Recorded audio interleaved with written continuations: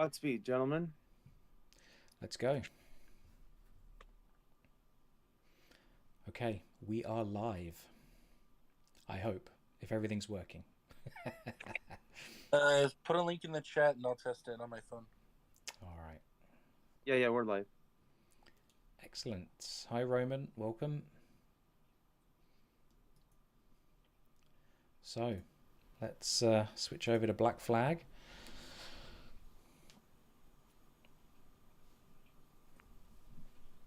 Dude, you have a nice please stand by screen. Oh, That's yeah. amazing. I was inspired by Six Keys because I think she has the animated Animus background from AC1, I think. And I thought, oh, that's cool. Oh, Meg, nice. Thanks for joining. So I stole the Syndicate one, basically. You're gonna show me how to make those so I can put one on my streaming stuff. Happily, mate. Happily, not a problem. I can show you the setup after the stream. Awesome. Yep, Awesome. Hi, Meg. And I'm live. So, question for Roman and for Meg and anyone else watching. We got 3 voices on the call. How do we sound? Can you hear us okay? Can you hear a little bit of background from the game, but hopefully not too loud? Let us know if we need to tweak any of the sound settings. Otherwise, I'm just going to go for a little walk through Havana and see what we find. I might stab some Spanish guards just for fun. Yeah, do that. Spanish due to you, man. Pirates beware. Or I could use my dancers to distract them because, you know, this is Assassin's Creed and it doesn't always have to be about stabbing. Sound is fine. Okay, thanks, Roman. Seeing courtesans over here, like I was thinking for when we get to AC Brotherhood or AC Revelations, no, AC Brotherhood is more thematic. I want to do like a thread about like courtesans and you know how they fared in the Renaissance. Maybe that's like unheard of. It would be interesting to try and pick out the real history from probably the pop history. To talk about, what was her name? Was it from AC2, the courtesan that took an Ezio to teach him how to use stealth? Paula, was it, I think? Theodora? Paula, oh. Yeah. Oh, no. Might have been Theodora, actually. I can't remember. Yeah, it was Paula. Okay. Yeah. It was Paula, Mario, the mercenary guy, and then it was Bartolomeo, I think you're thinking of, is it? Oh, no, that's who it was. Yeah. And Bianca. But yes, of course. The character we all really need. Then it was the fox, the Volpe. Yes. What a great name, though. The fox as a thief. And that character, Bartolomeo, just coming in shouting, Bianca! Where's Bianca? Anyway. I can't believe... I'm thinking like he's talking about his wife or something. That's like, what I thought. Absolutely. I can't believe Bianca is not a microtransactional weapon. That's a good point. Let's not give Ubisoft any ideas on how to make more money out of Valhalla. Jesus Christ. Or you know, like Rida can just, you know, carry Bianca in a game that's set after the Italian Renaissance because he is immortal. You know? That's an idea, Ubisoft. Do not monetize it. If you do not monetize it. 3 of us as well. Yeah, just like credit us if you ever make it. I did think during this whole AC15 thing there would be a bit more each week. Like each game that they're celebrating might have something added to Valhalla. Valhalla is the current game that's still being developed and maintained. Like there might be some cosmetics or some tattoos or a legacy outfit every week, you know, for each of the games as we celebrate. But there hasn't. It seems a bit of a shame. If it gets to AC Brotherhood and they get Bianca to be a sword in AC Valhalla, I'm down. Mm-hmm. Yep. You know, Yep. at least it's no gauntlet of Thanos. You know, Yeah. Yeah. Yeah, out of putting ideas. fire here. Right. Hi, So Nort. Welcome. there is Havana. So yeah, I thought we can't start this kind of stream without looking out over the beautiful city of Havana and seeing the mighty jackdaw. But now I've done that. Talk me through it, Arshak. You're the boss. Where are we going? So do you wanna first introduce ourselves and then Oh, we start yes. with the stuff? Yeah, we should be Yeah. professional. Go on, mate. You go first. All right. So hello everybody. My name is Arshak, and uh, I am from AC Landmarks. We are joined by, uh, what do you want to call yourself? Burnt Crusader. Just Uh, Burnt Crusader. you can just call me Joseph, and I'm with Historian's Perspective. Yep.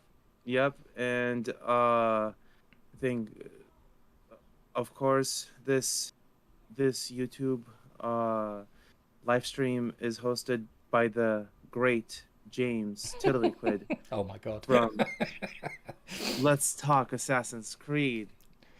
Too kind, mate. James, take it away. Thanks, Arshak. How do I live up to that kind of billing? Hello, everyone. My name is James. I am a co-host of the Let's Talk Assassin's Creed podcast, which I host with my friend Declan. He can't join us today, which is a shame. He has a life, so what can we? We can't criticize him for that. Yeah, Thanks for joining the yeah. stream, and we're going to turn.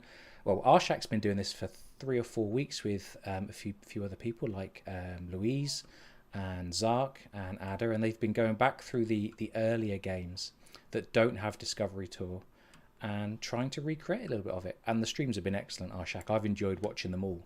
And now we're Thank going to do you, the same with Black Flag. thank you. I can't thank Ada, Zark, and Louise enough. Like, they've been a strong force, trying to recreate Discovery Tour and trying to recreate Discovery Tour in the games that don't have Discovery Tour. So Mm. I think eternally grateful for them. Uh, but yeah, this week you were like, let's host AC4 Black Flag and go about the topics, and I'm like, yes, let's do that. Yeah, I'm looking forward to it, mate. So we've got a kind of a yeah. map of how many different events and people are we going to talk about today? Is it about 10 different things, I think? We are gonna talk about 10 different topics. There are gonna be a variety of landmarks, historical figures, and historical events that happened during the golden age of piracy that Edward lives in. Uh, so so yeah, it's gonna go in chronological order. Uh, story wise, we'll start with the amazing Stede Bonnet as we're Oh, trying yes. uh to go save him from marauding pirates. Well, not pirates. Sorry. Are they British I soldiers? Spanish think soldiers? they're British sailors or soldiers, aren't they? Yeah, yeah, yeah, yeah, yeah. So, I mean, we'll see. Thing the game will show us, and you'll see Edward don the assassin outfit that he doesn't care about. Uh, yeah. All right, I'm ready when you are, mate. Tell me when, and I will hit the button. Let's go and replay sequence Ooh, 1 and meet Edward and meet Stede Bonnet. let's go. Let's go. All right. Well, first off, let's go over what exactly was the Golden Age of Piracy. Oh yeah, The, yeah, gold, yeah, exactly. All the right. Golden Age of Piracy, as we know it, existed between the 17th and early 18th centuries. During this time, more than 5,000 pirates were said to have been at sea. Throughout history, there have been people willing to rob others that were known as pirates. They also launched attacks on coastal towns.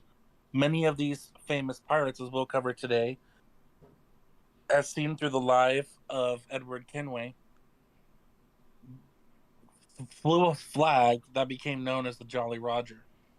Pirates have existed since ancient times. They've threatened trading routes across Greece, the grain and olive oil of Roman ships in the Mediterranean, and they even reached the Vikings in medieval Europe. Thousands of pirates were said to have been active between 1650 and 1720, and these years are known as the Golden Age of Piracy. Famous pirates from this period include Henry Morgan, William Captain Kidd, Calico Jack Rackham, Bartholomew Roberts, who we see in the game as the Sage, and the fearsome Blackbeard Edward Teach. Though the Golden Age came to an end in the 18th century, piracy still exists today in some parts of the world, especially the South China Seas, which is where we get many amazing memes that still have not left the internet, such as "I'm the captain now." There we go. Yeah. And during this live stream, we're gonna cover a lot of pirates. Not all of them, due to time constraints, but yeah, most of them, including Blackbeard and Bonny, Mary Reed. God, there's just We're so gonna much of them. cover popular, well-known ones in greater detail. Yeah, exactly. I believe Charles Vane too, and Ben Hornigold. Yeah. It's gonna be great. We have a lot of content to go over. Should we start? Please do not criticize the player playing the game, because we can all tell he's a bad shot with the Yeah. Thing. He's trying his best. He's not dead yet. I'll tell you what, I am so out of If he dies practice. on this level, he's got to end the stream. This is a tutorial. Yeah. Yeah. So yeah. Right now, Edward's gonna go ashore. We're gonna encounter Stede Bonnet in a bit. But first, Caroline. Do you guys want to start with a trivia question? Do you know? And then go with Stede Bonnet, because Stede Bonnet comes in a bit later, and then you have like a sailing thing with him. We definitely should start with some trivia. I'll tell you why, because Slav in the channel has said he is here, or she is here, for some AC trivia. So Let's do it. Yeah, and also the question: how long is the stream going to be? Probably about 2 hours in total. So we'll see how we get on. Around like an hour 45 or 2 hours. Yeah.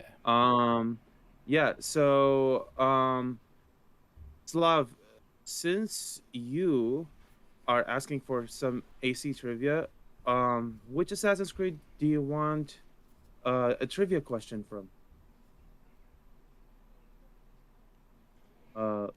Let's.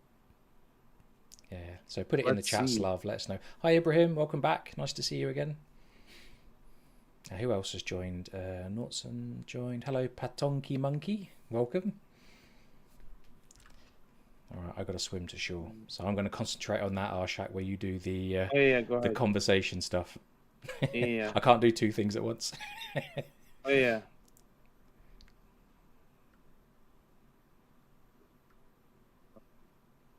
Waiting for Slav to choose the topic.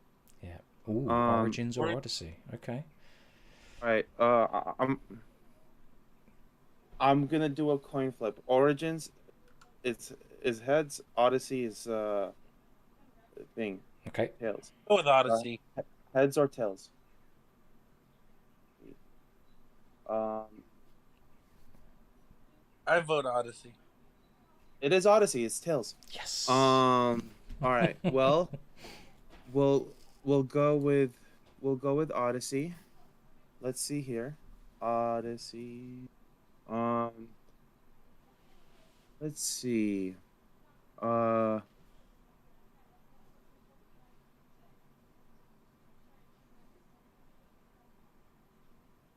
we doing trivia as in just a general question, or is there going to be like multiple choice answers? Multiple choice answers. So here we go. Here's the question. Where Where can the sanctuary of Cosmos be found in AC Odyssey? Good question. So people put it in the Uh, chat. Is that what you'd like, Arshak? Answers in the chat window? yeah, yeah. Yeah, all good. All good. All right. Let me see. I don't think I got that far on my own. How dare you? Let me see. Uh, So and where and can the Sanctuary of and Cosmos be found? here are your options, everyone. Is it A, Athens, B, Corinth? Oh shit, I did it wrong. Well, Monkey's right. It's on the map. On the map. I mean, technically correct, right? Which is the best kind of correct. So There's yeah. no cheating. Give me the. First person to answer is Nordson with Delphi. Yes, well done, Nordson. Good one. Well, Nordson, you are quicker than than my multiple choice writing. You are right. You you win this round. For the next round, you'll choose the trivia question that we're gonna uh cover. What I'll just say I there, Arshak, just bonus point to Roman in the chat because yep, Phokis is the region where Delphi is. So yeah, also a correct answer, I would say. Oh yeah. Good job, Roman. I'll beat him. That's good. That's good. All right. Well, let's start with Stede Bonnet. The homie Stede Bonnet, ever the funny guy. All right. So I'm gonna focus on his early life. Go over his piratical adventures with Blackbeard, and then he also did piratical adventures by himself. And then go all the way to his end, uh, where he meets a very uh bad end. Poor guy. But yeah, let's start, guys. I promise it's gonna be a fun adventure. Um, so Stede Bonnet was born in Barbados in 1688 to a rich family. His family owned a big plantation in Bridgetown, which he inherited from his uh, from his dad. I mean, if you see our flag means death, you'll basically see like uh how he inherited it. Like he grew up being very like rich, basically. He was also married to Mary Allenby, a woman who had a big dowry. A big dowry means she came from money. So, money marrying money over here. Uh, Steed was also a part of the army for a little while. He had the title of major. That's why sometimes you hear him as like Major Stede Bonnet. Like he held on to that title. So married life with a with big money, an army title. Why the hell would Stede Bonnet leave and go on a piratical adventure? Uh, well, there are two reasons for that. A, he was in debt. Like records of him owing 1.7 thousand euros. Well, 1.7 thousand pounds have been surfaced according to biographics on YouTube. But the second reason is the most compelling one because it comes from a primary source. Uh, is that he found discomforts in a married state, according to Captain Johnson from the General History of pirates. It's it's the truest source we have on pirates, but this source can often be iffy, because it has its biased views. Um, but the true trials of Stede Bonnet uh, make the stories parallel, which is why it can be trusted. By the way, hi, Master Hikate Ceremonials. That's Zark. Good to see you. Uh, so yeah, let's continue on. Eventually marriage failed for Stede Bonnet, and he went pirating.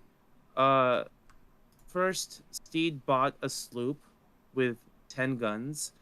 In it, a sloop is like a very small pirate ship. Um, that's why it has 10 guns on it. And he named this ship the Revenge and paid 70 to 80 men to sail her. The guy had no experience in sailing, as the general history of pirates says. He was ill qualified for the business. He just had money and a lot of luck. Um, I think so. uh, So he did some plunders. He went uh, raiding Virginia first. He took 3 ships, which were the Anne, Montgomery, and Turbot. And Endeavor, Young were taken in. The ships Endeavor and Young were taken in New York. Uh,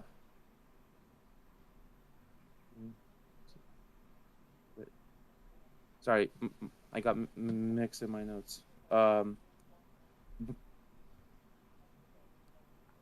yeah, they took a sloop and a brigantine, and then they burned another sloop and uh the ship that they took from Virginia, which was the Turbot. Um, in all of this, the uh, in all of this, like, he didn't do much work. It was all his men doing the stuff, while Steed was just there. But then Steed met Blackbeard. Um, After much plundering, Steed's crew they chilled in Nassau, and guess who they met in Nassau? I'm asking. Do you want them to answer in the chat, or would you like us to answer in the voice? Just answering the voice. I mean, I It already said who they must met. be must be Thatch, right? Yeah. So in Nassau they met Edward Thatch, or Edward Teach. I think you can call him whatever. He's dead. It's a match. Yeah. I love that. But You can call him whatever you like. He's dead. yeah. Harsh but fair, I guess. Yeah. He's not. He's not gonna come and haunt you. No, no. But yeah. He was better known as Blackbeard because guess what? He had a very big black beard. So Blackbeard was everything Steed wasn't. So his pirates wanted Blackbeard to lead, and Steed sailed shotgun. Uh, uh, it might be that Blackbeard had Steed's fleet to get uh, Anne's revenge, Queen Anne's revenge, or he had it and wanted extra men.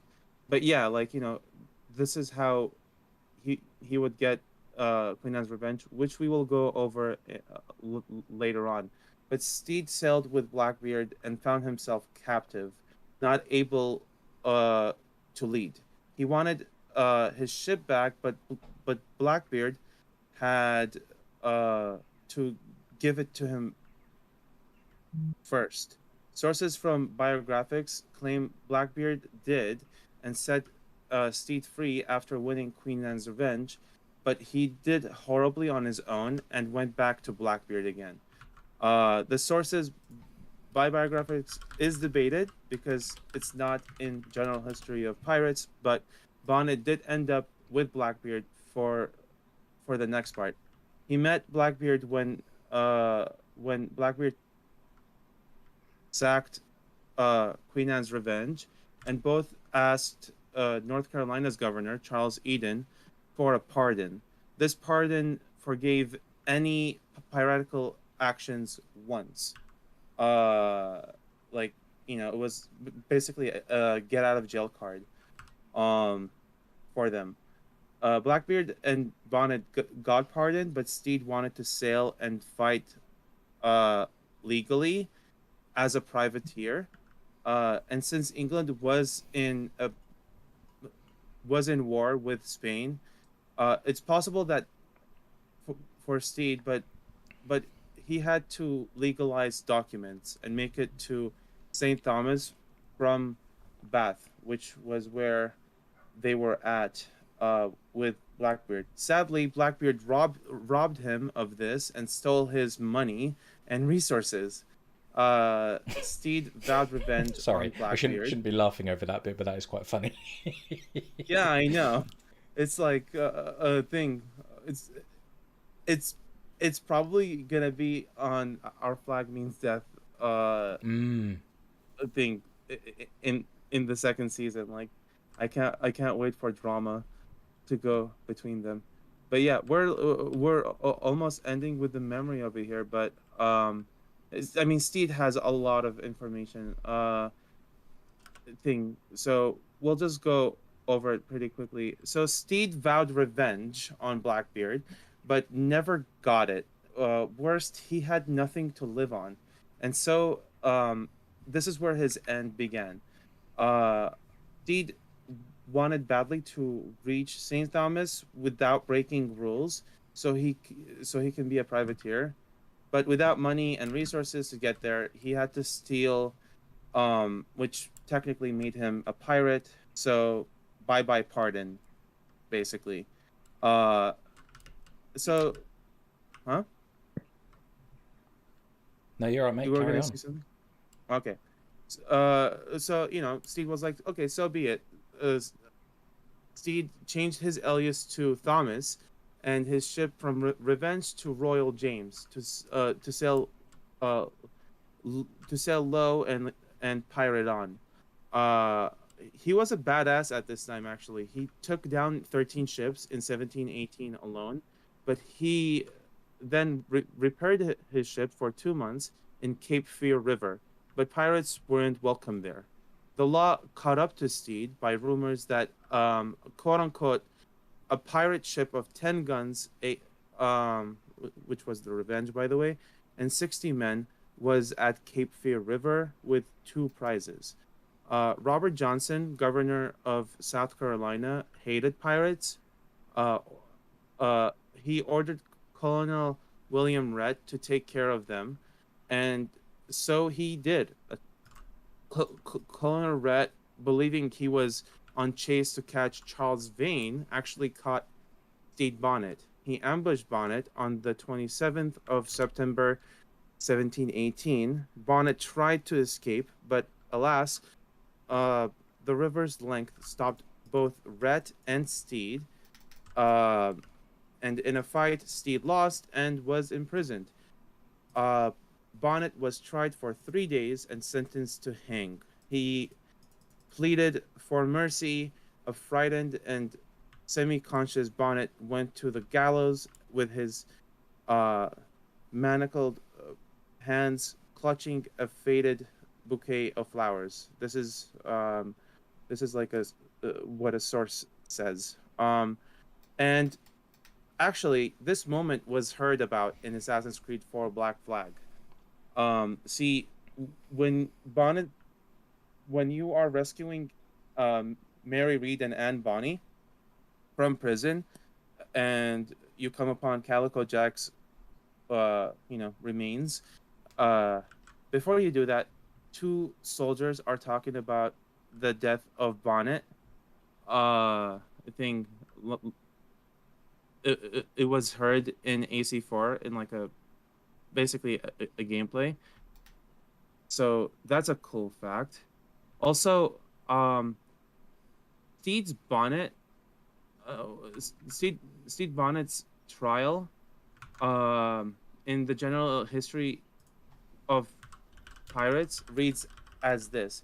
Like the judge told him this sentencing. The judge said, "You shall go from hence to the place from whence you came, and from thence to the place of execution, till you are dead." Where else do you guys hear that saying? Do you guys know? Ooh. I have heard that before in another historical context, but I can't place it. Isn't that witches or something like that?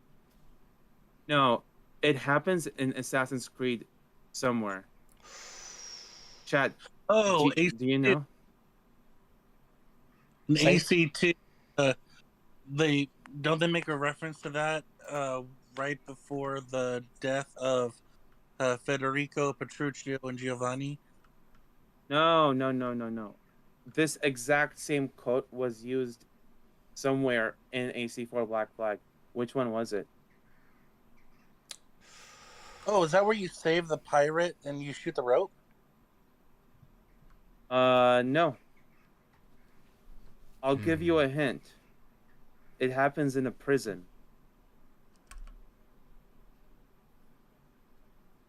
I'm out. Is it when Mary and Anne are being sentenced? Yep. Yep. Okay. The exact moment is when the judge says, "Mary Reed and Anne Bonny, you shall go from hence to the place from whence you came, and from thence to the place of execution, till you are dead, dead, dead." And then Anne Bonny goes like, "Oh, Ross, a thing." And then she said, Mary Reed is like, "We're pregnant," and then yeah, they kind of escape the sentencing because they're pregnant.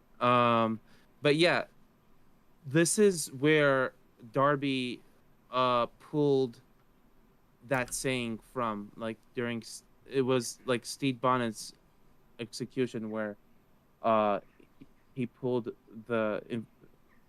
this saying from, which is pretty cool to like read about it in the general history of pirates. Anyway, I'm going off tangent. It's all good, mate. Okay. It's all good.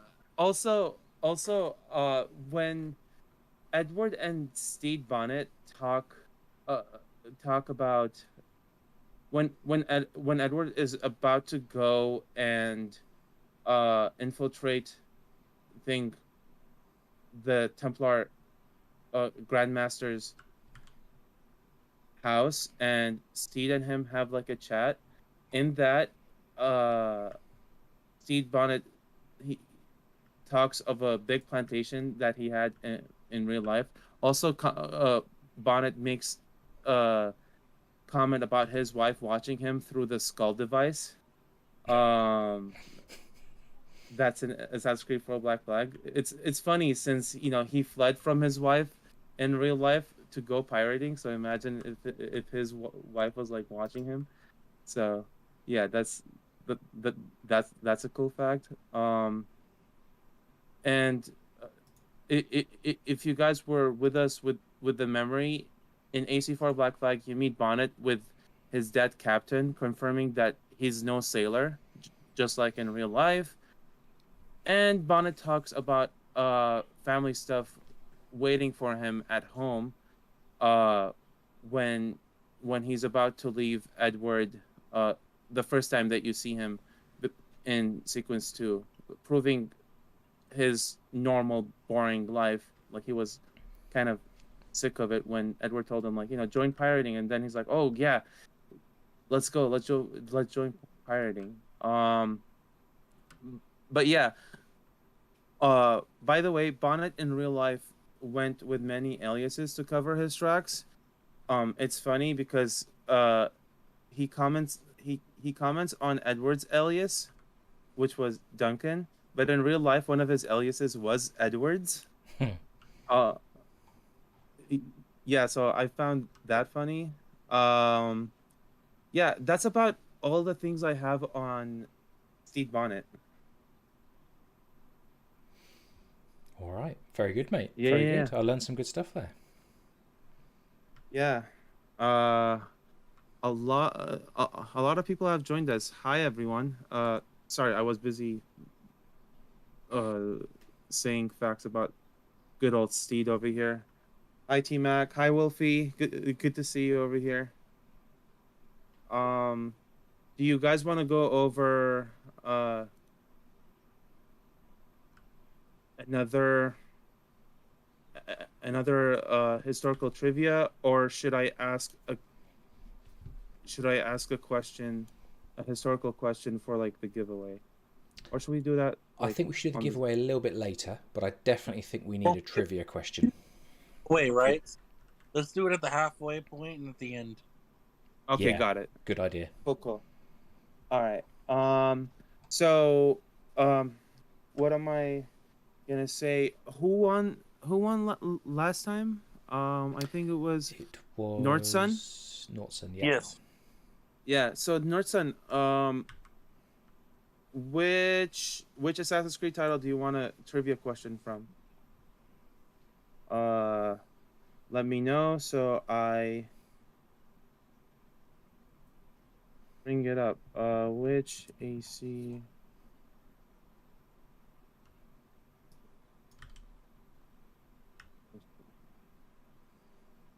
There we go. Cool. We got it.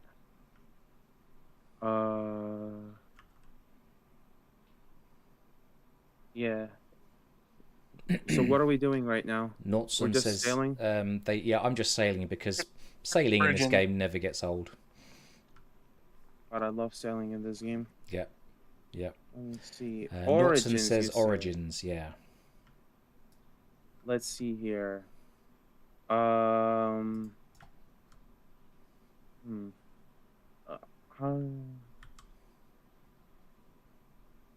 All right. Here is a historical question for you guys. Um, how did Bayek and Aya help Cleopatra reach Julius Caesar? I love this answer question. How did Bayer and I... Do not answer it. I know you know it. Of course I know it. It's also been portrayed that way in multiple different media, like Xena did it. Oh, yes, I remember now. Yes.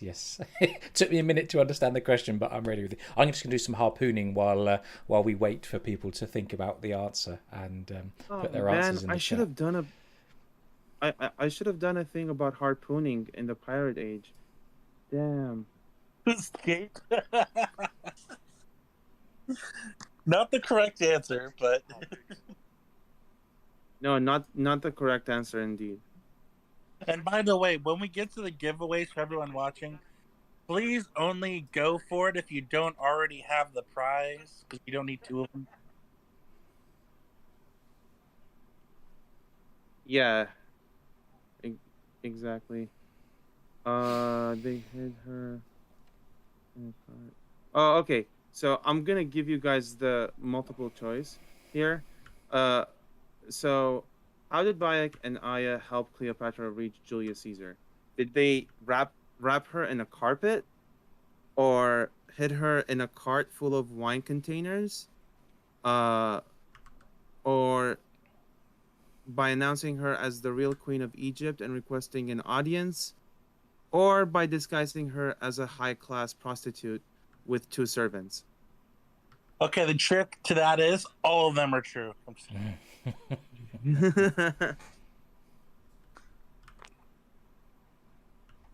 Wolfie, what's the answer? Yeah, go on, Wolfie. Ah, Meg's coming with an answer. There we go. Nice, Meg. Nice. They wrapped her in a carpet and delivered her to be unraveled before Caesar's feet. Yep. And actually, Apollodorus did do this. thing. Apollodorus is also featured in AC Origins. He was actually a historical figure. Yeah, so that's one of the best historical events that Assassin's Creed has portrayed in their game, which is amazing. And Xena did the same thing back in like 1997. They rolled Xena into a carpet and laid her before Caesar's feet. Xena? Xena Warrior Princess Lucy Lawless did it herself. Right before Carl, you played Julius Caesar. Oh, nice. I've never watched it. No, I've never watched Sorry, guys. Xena either. Yeah, I've never watched it. But hey, that's a nice side trivia for you. That's the in history with Xena growing up. Yep. Alrighty then. Let's pick a topic, mate, because I'm just going to keep sailing and blowing stuff up because I'm having a great time, but we should probably do something more entertaining for the audience. Should we start with the topic we have for New Providence? Nassau, New Providence. Absolutely. So talk me, which sequence am I heading to, my friend? So you are going to sequence 3, memory 1. This Tyro Captain. Shoot an iguana, air assassinate an ocelot. Wow, I do not remember that one. All right, let's go. Do more harpooning.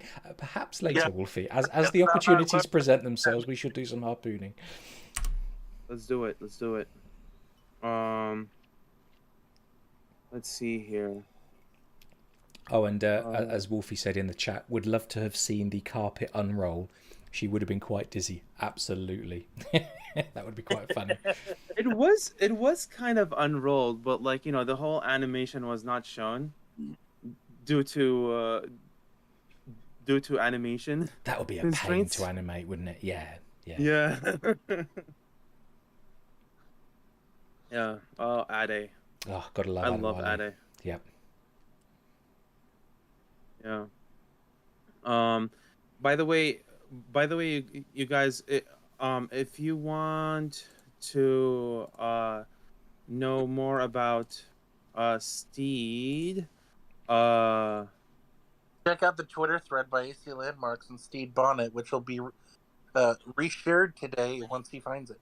Literally, I just retweeted the Stede Bonnet thread that I had, so you guys can go and see it. Went over Stede Bonnet. Here is the. Okay, we've got to sail to Abaco Island, so I'm going to go and do that. And if harpooning is available, I shall stop for that.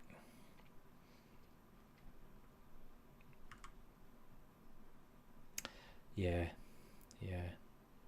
Edward treats all around him, men and women of all colours and creeds, the same, and it's great.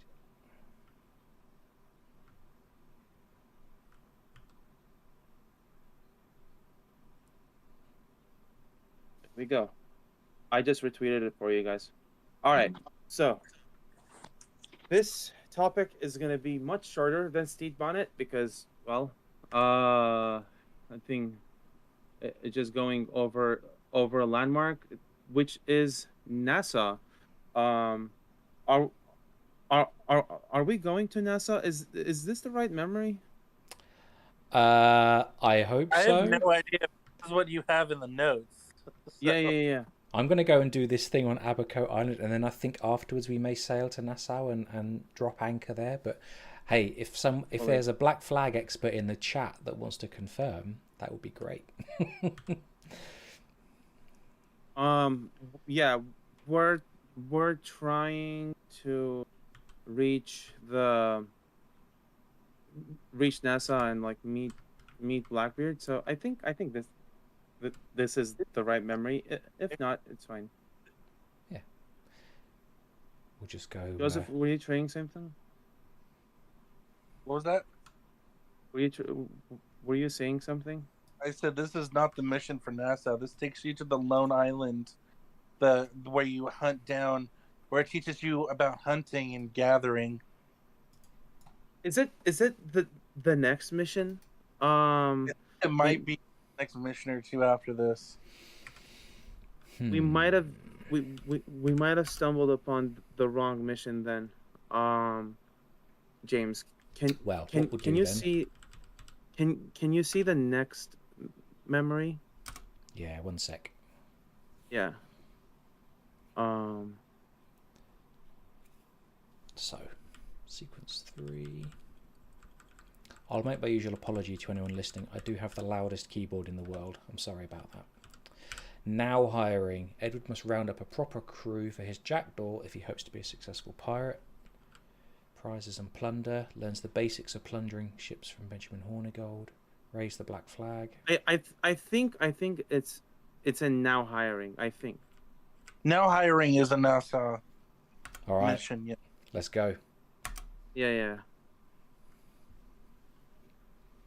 That's where you're running off and saving pirates about to be executed. Or Yep, wait. Here we are. It's prizes and plunder. I think it's prizes. You want to do that one instead? I think so. We'll see. It's the theme. Is what it is. Oh yeah, there we go. You named your brig after a poxy bird. Oh, I love this. It's so Excellent use of the word poxy there, which I'm not even sure if people would know outside of British English, but anyway. yeah. I agree, Slav. Too loud for Slav. Did you see Slav's comment? Too loud for stealth. Maybe it's a distraction, Slav. Haha. For this is smoke bomb. Yeah, Or- you're looking in the direction of the keyboard and the assassin's coming from the other direction. Or maybe James is a Templar. That is also possible. There you I can neither confirm nor deny. Well, classic Templar. Do you work for Apple, Walmart, or All right. Well, we are in Nassau, you guys. So for piratical reasons, the history of Nassau begins in 1670 when British colonists arrived and created a town called Charlestown. I think this is a different Charlestown than the Charlestown we're talking about.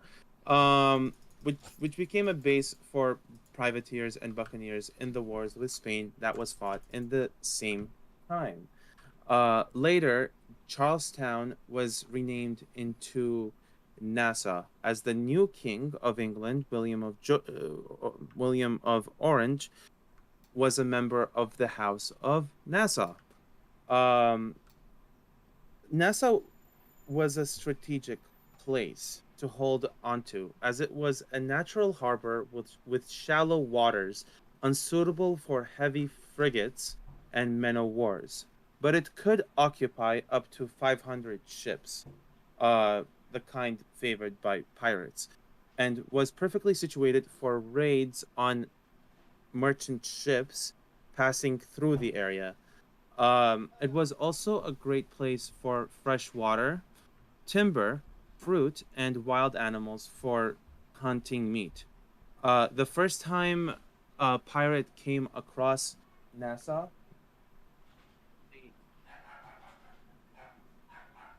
Oh, lost your audio there a minute, Arshak. To answer the question in chat from Akib, what are you guys playing the game on? This is on PC. Yeah, Burn Crusader is right. Yeah, this is on PC. Yeah, sorry guys. Technical difficulties on my end. No worries. But yeah, Henry Avery was actually the first pirate to call Nassau home in 1696. And he would inspire many others to follow his path. He was chased out of Nassau though, and never heard from again. I think if you guys don't know Henry Avery, he was not featured in AC4 Black Flag, but there is another game that was very famous that he was featured in, not in person but in just name, and that's Uncharted 4. Uh, as you hunt for Avery's treasure, which is pretty cool. Uh, Anywho, this is where AC stuff starts. Uh, True beginnings of Nassau begins in 1713 when Ben Hornigold arrived on the Ranger seeking refuge. After hunting down some Spanish ships, he became the unofficial ruler of Nassau, along with Henry Jennings, as there was a weak British governance there. I like um I, I like this fact because like Ben Hornigold is shown to be like Edward's guide through this whole thing. You know, through Nassau and like pirating. So like you clearly see his governorship of like Nassau and Blackbeard being like a second uh his like second hand or right hand basically. Uh as it was. Charles Vane, Rackham, Bonny, and Bonny, Mary Read, Blackbeard, all lived in Nassau. Together, these pirates were called the Flying Gang, as they terrorized New Providence for nearly 5 years. During the golden age of piracy, New Providence was the capital of the British Bahamas. Its local governors would accept bribes not to persecute pirates for their crimes. The pirate numbers got to 1,000 to 2,000 there, with 100 left by 1718. The fall of pirates. 1718 is basically when pirates kind of dispersed because something happened during this time that's also captured in AC4 Black Flag, and that you'll see later in the live stream. Though living in Nassau was violent and harsh, it was a place for opportunity. Blackbeard came in 1716, joined Hornigold's crew, rose through the ranks to captain Queen Anne's Revenge. Nassau offered a place where all men were equal, and any man could become a captain if he had the know-how, support of a crew and a ship. Though as Nassau became pirate infested, it also became an embarrassment to the British crown, as lawlessness increased and threatened low interest in the area. For this, the crown appointed former privateer turned politician Woodes Rogers as governor of the Bahamas in 1717. Rogers did not only go to the Bahamas with 3 warships and 2 sloops. He had a document with him named the Proclamation for Suppressing Pirates, also known as the King's Pardon. Those who accepted were pardoned; those who didn't were hunted by the pardoned. Rogers also built a fortress in Nassau and stationed cannons at strategic points in the harbor to ward off any pirates thinking of returning to Nassau. And that's how Nassau eventually, got to be the British Crown's. But later on, Nassau became occupied by pirates again, though not as big as the golden age of piracy. So, yeah, that's all I have on Nassau. That's perfect, mate. Because I think we're near the end of this memory. So, yeah. There we go. Timing. Yeah, and this information was also like shared by the main Assassin's Creed channel. This was actually the research I used to like this was the research I did on Nassau when collaborating with Assassin's Creed, so it was a pretty fun opportunity. Yeah, it's good, mate. Good to see your threads that you've been doing in partnership with the community team. Yeah. It's been an honor. Let's see. Where are we at now? Just reaching the end of this memory, I think, Nice. with Edward explaining that he's looking for the observatory, and of course And, they all think he's silly. next up on the list, Arsh, is Queen Anne's Revenge, which you have labeled as Sequence 3, Memory 6. Proper defenses. Hopefully, it's the right memory. It's all about how you spin it. I just spin it as the audience are getting extra bonus memories. You see? Yeah. Yeah. Exactly. Hey, AC-15 is all about memories. Oh, nicely done. Nicely done. Yeah. Let's see what the audience are talking about. Uncharted 4.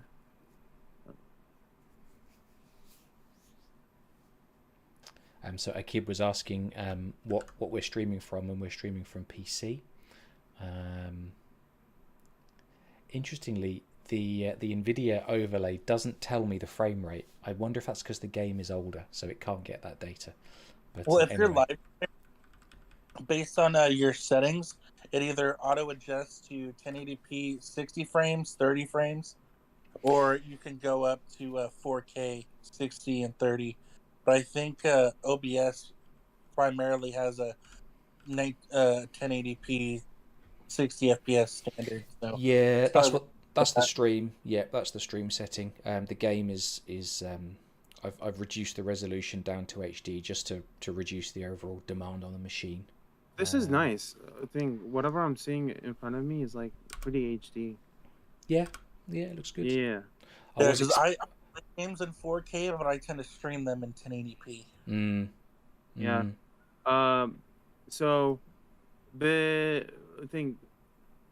Can we go on one of my topics next, and then come back to you, or? We're gonna go over Queen Anne's Revenge because this is a chronological order. Your topic is next, though. Okay. Is next. Queen Anne's Revenge is fairly quick. All right, I'll carry on with the memory. I paused it just briefly there because I wasn't sure if you wanted to do a trivia question or not. But as this is quite a quick one, we'll let the cutscenes play out. Yeah, let's do the trivia questions. So Meg, you won the last one. Which AC do you want a question on?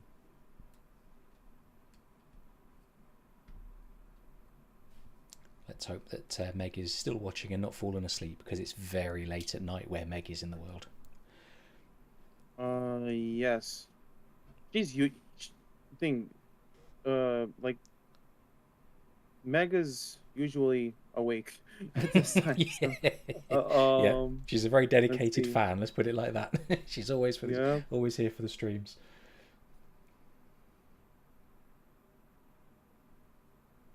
All right, let's see here. While we wait for Meg to give her answer, I don't know how you pronounce it. Patonki says Templars or Assassins. Personally, I'm saying Assassins because the idea of absolute control is not good. But I wonder what my other co-hosts think. I go for Templars any day. Ooh. You really are. Are you kidding? Order? To this group. Guys, I guess I'm the rogue in this. Yeah, nicely done. Nicely done. In this stream. No, of course, Assassins. I love my freedom, dude. Thing. You can have the freedom to create anything you want without a Templar watching over you. Well, Miss Benzie responded with AC3. All right, Okay. Meg, we go for AC3, which is next week's thing. And Meg says she's fully awake as always. Good to know. How about the question? How did Benjamin Hornigold, or not Benjamin Hornigold, how did Benjamin Franklin describe his relations with older women?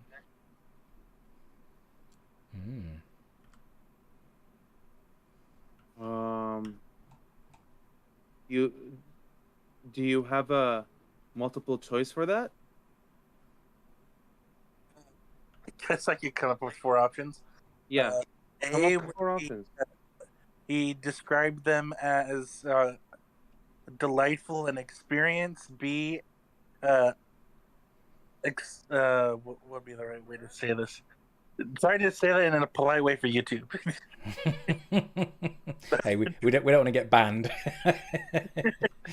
for Hey, filth. don't blame me. That's what you get credit for. One, he would, or two, he'd see them as less of a danger when it came to uh, abstinence. Three, more likely to be widows or unmarried. Or four, they were experienced but had lower chances of pregnancy. Can you write the multiple choices down? I don't want You don't wanna? Okay. it's something memorable. If someone knows it, they'd know. I have no idea what. It's kind of If you have a impassive. different question, I can just answer this. Let's go for another easier question, but like answer it anyway. Well, Why he not? describes them as being experienced and kind of slutty. But Okay. Nice. Cool. So let's see. Let me see. how would you describe Connor? Here it is. Here it is. Connor dropped the last crate of tea in the sea during the Boston Tea Party in front of which Templar? Was it A, John Pitcairn, B, Thomas Hickey, C, Hatham Kenway, or D, William Johnson?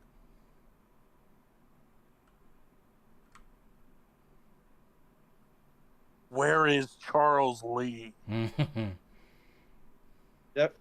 It was not Charles Lee. That is that comes later. Let's see. Thomas Hickey. Is it? So who is it, guys? Connor dropped the last crate of tea in the sea during the Boston Tea Party. With which Templar? Okay. I'm about to get detected. No, Roman. It's not C. You guys don't remember this? It's very iconic in AC3. It's not C. It's not John Pitcairn. Come on, guys. It's either Thomas Hickey or William Johnson. Which one was the traitor? So Akiba's put an answer in the chat. Is he right? No, it's not. Okay, it's not John Pitcairn. All right. Let's see who it is. Oh no, it's not B. I wonder which one it would be. We're going to get there by process D. of elimination. Brilliant. Nobody won that one because you had no choice by that point. Well, Nordson, since you answered first, you win this round. It's William Johnson. He literally looks straight at him, does a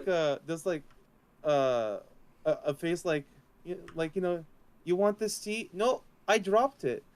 It was an iconic scene. We'll definitely cover the Boston Tea Party. I think like when AC3's week comes. Yeah, so it's nice. All right, well, that was great, you guys.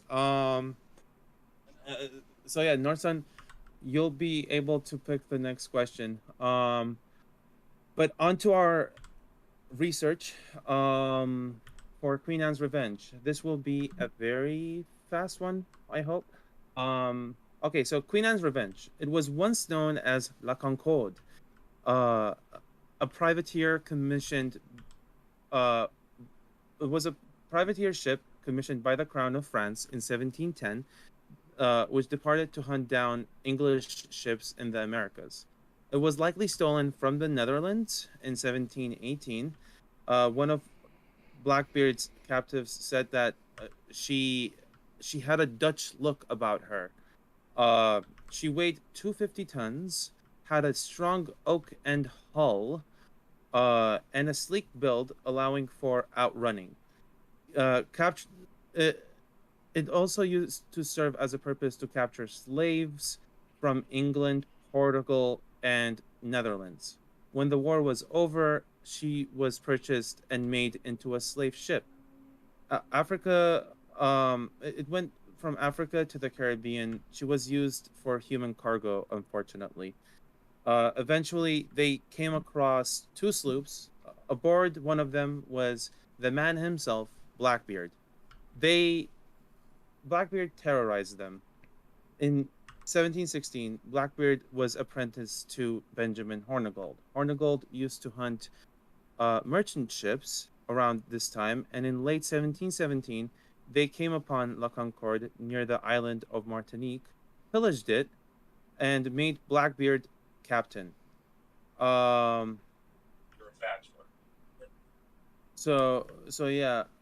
Uh, and so they they then anchored it at the island of Bekia. Uh, he kept the ship's Blackbeard kept the ship's surgeon and cook as he enjoyed French food. Um, when pirates acquired ships, their goal for their ship was to be as fast as possible. So they lowered weight by cutting down internal walls of the Queen Anne's Revenge. Uh, Blackbeard was the one that saw the lack of firepower on La Concorde and used slave labor to get some cannons in from the two sloops he had. He upgraded them from 14 to 40, which was the number he always said to the people that he met that he had 40 ships when it was probably like 32. No one really knows. It was around that number. The ship also never sailed solo. There was always sloops with her to start a fight or to catch quick targets. One sloop was assigned as tender. Its purpose was to carry provisions and supplies. And as for why was Queen Anne's Revenge called the Queen Anne's Revenge? Um, well, Blackbeard supported Queen Anne when Queen Anne's war against the French was happening. Also because he was uh some sources say he was Jamaican and his land was attacked a lot. He felt a certain hatred towards the French and the English. The English Liberal Parliament angered him when Queen Anne's successor was chosen not to be her half brother, but a German named George Van Hanover, who didn't even speak English. So in a way, his burning of English ships, uh, which meant burning of English economy, was revenge of the Stuart dynasty by him. That's why it's called Queen Anne's Revenge. Additional swiveling guns were mounted at the rails of Queen Anne's Revenge. Later on, though, Queen Anne's Revenge ran aground while attempting to enter Beaufort Inlet. The ship was abandoned, not found until 1996, which was coincidentally the year I was born, um, which is super cool.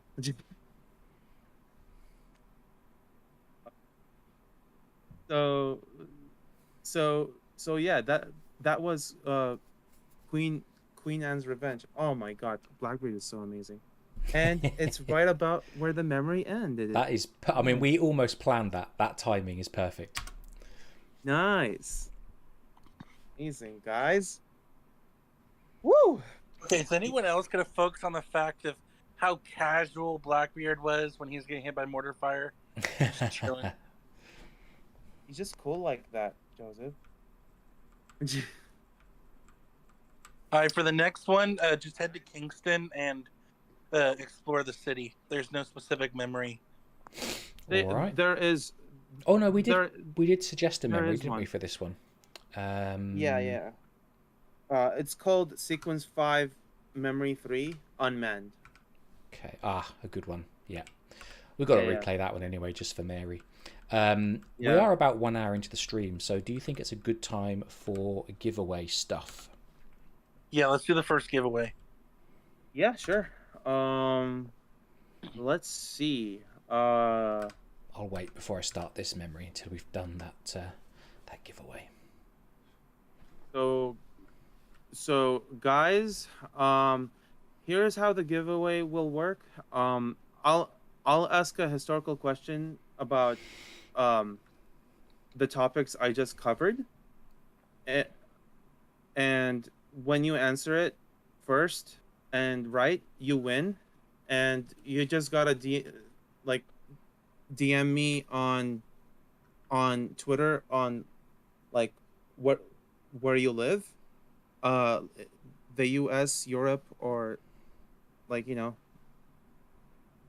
it's US, Europe, South America, or Asia, and then I'll get you the code. Also the console of choice. Let me know the console of choice too.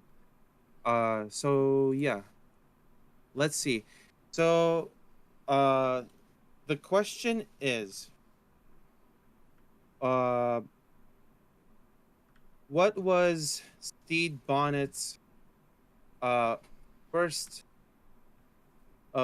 ship called?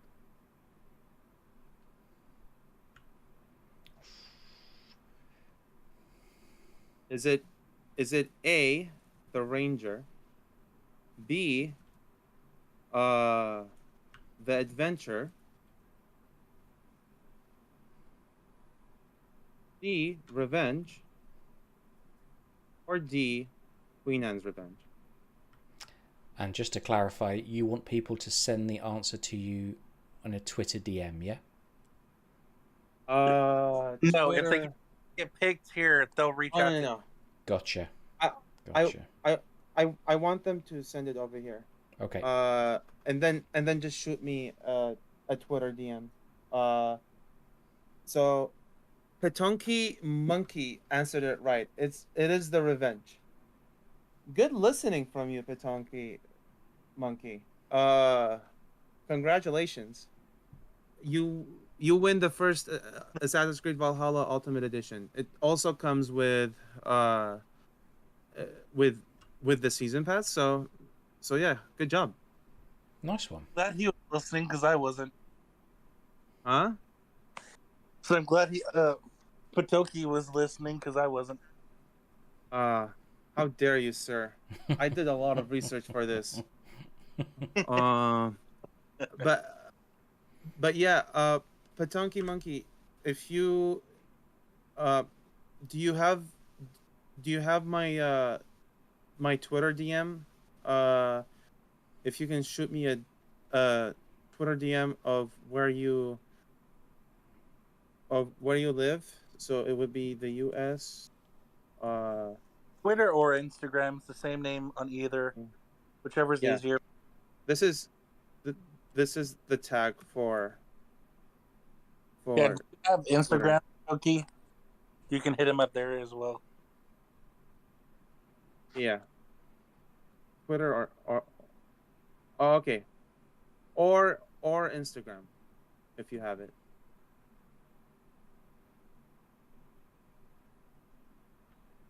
There needs to be like some sort of communication going on. Anywho, let's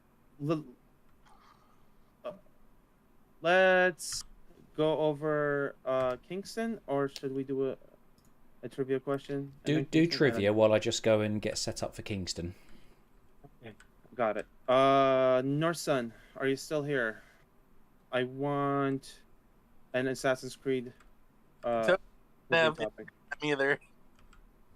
Huh? Patoki doesn't have Instagram either. Just drop your email. This is gonna. You here. You can email me at at this link, and I'll get in touch with you. Okay.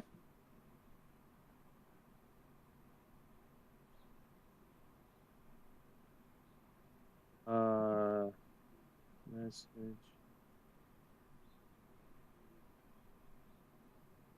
Okay. AC1, you got it. All right. We'll do the trivia and then I'll start the next memory. So let's listen to an AC1 trivia question. Why couldn't Altair swim? Ooh. Is that the question? No. Okay. But that can be the question. If you have a thing, if you have multiple choice. So. Okay. A, he didn't know how. B, the Animus couldn't render it. C, his equipment weighed too much. Or D, there was nowhere to swim. Type it up, Joseph. I am. So, while Joseph is typing out the trivia question and the answers, Patonki has asked what email. I don't see. I just emailed it to you. I think that YouTube chat might filter out email addresses. Oh. So you might have to do it with spaces in the middle. Okay, or here, read landmarks at gmail.com.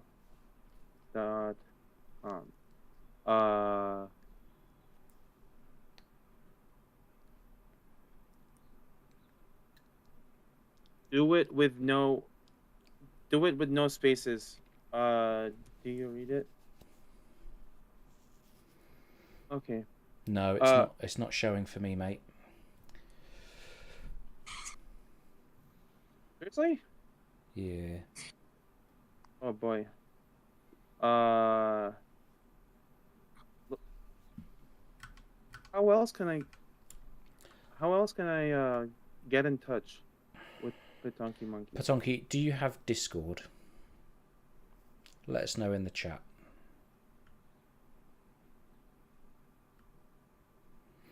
Lots of people are answering the trivia question. We will come back to the trivia question in a moment.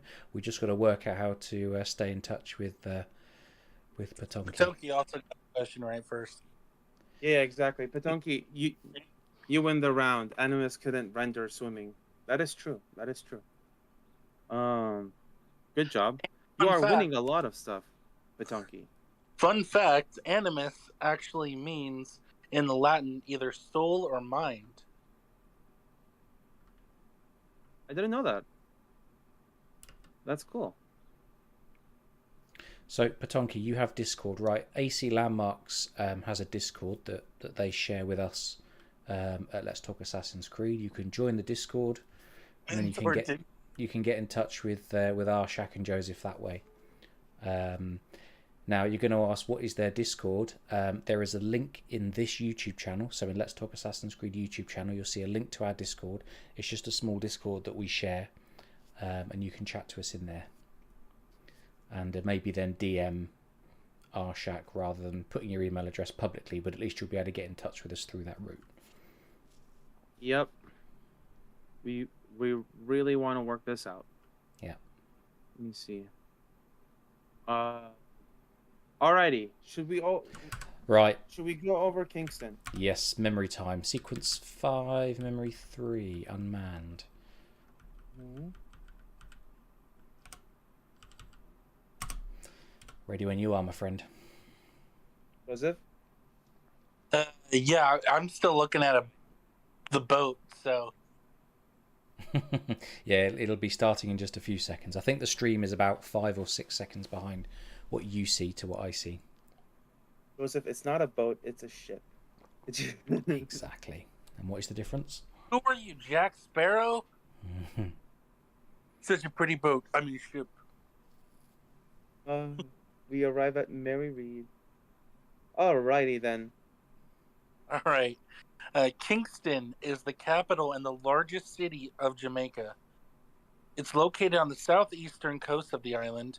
On June 7th, 1692, Port Royal, then being Jamaica's commercial center, was struck by an earthquake, and 2/3 of the city sank into the sea, killing half of the population. Survivors sought refuge in a tent city that was to become Kingston, though it only really began to develop after a fire which destroyed what was left of Port Royal in 1703. Following the War of the Spanish Succession, Kingston attracted a number of unemployed sailors, some of which would eventually turn to piracy for a living.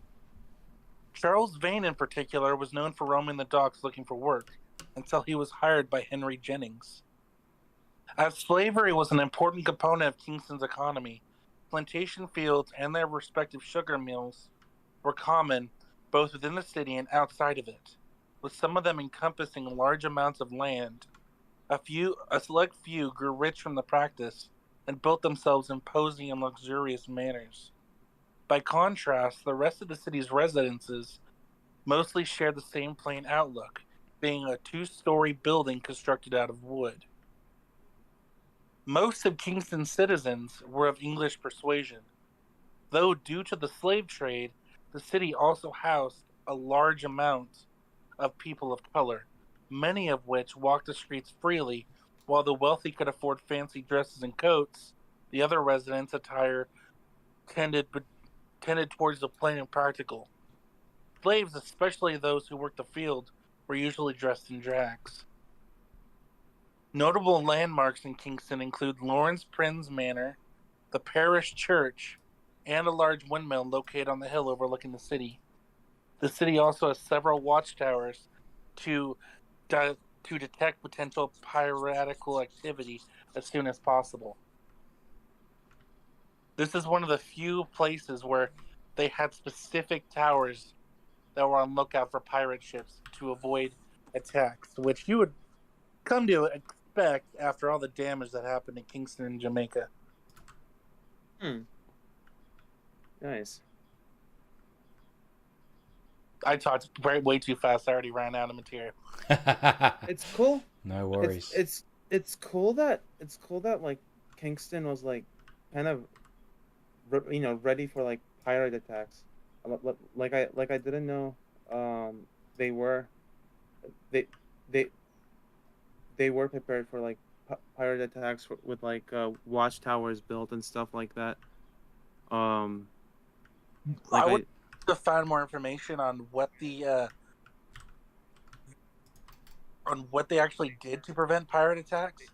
Like, did they have cannons set up on watchtowers to shoot at ships flying black flags? Like, that would have been interesting. kind of like an AC Brotherhood Montergione kind of cannons. Well, They'd have to be. James, that was amazing.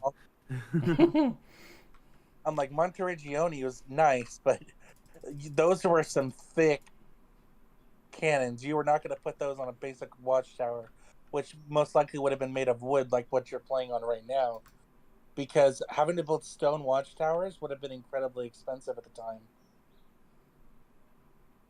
Yeah, probably. I mean, there are stone watchtowers. Yes, but would have been in the primary commercial hubs that had to be protected regardless, because it was too expensive to, or it's too much of a risk to lose the businesses and materials that were in those locations. Like, Port Royal had a fort to protect it, which you can see in various media, such as Pirates of the Caribbean made mention of it. But it's because Port Royal was a central commercial hub of Jamaica at the time for the British monarchy. So because it was so precious as a commodity, it would have been deemed more worthy of the additional protection. Yeah, I mean, major ports had to be protected against pirates because I mean they had big economical factors that um, major cities didn't want to deplete from you know from their economy, so protect them against pirates at all costs. Um, let me see. Shoot me up. Toki, when you get in touch with AC Landmarks, he can send you that information. Touch the assassin. Yeah, there we go. How do I get the code or when? Yeah, Patonki, you need to get in touch with us. That's how you get the code. So, but you need to do it through DMs rather than sharing your personal information publicly in this chat window. Yeah, so that's what we're trying to do is work out how we can get in touch with you. But Discord seems to be the right option. I need to get your information, your location, because there are codes for like certain places, be it the United States or Europe or thing. Then I have to ask, tell my UB rep to give me that certain code, and then they will give me the code so I can give to you. That's why you need to get in touch with me on Discord. Yeah. Just at me at Arch the Assassin.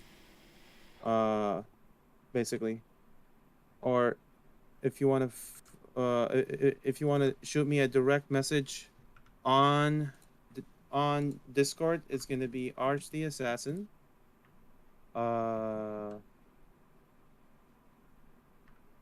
Number 0574. Yeah. If you can do that, that would be wonderful. Yeah. Well, cool. Thank you for that information, Joseph. Nice research on Kingston. Very very specific and to the point. Yeah. So let's see. James, do you want to jump to another memory or carry on with this one? I'm gonna do another trivia question. Okay. Oh, nice one. Patonki, I did get your Discord, mate. Thank you. Cool. Which answer?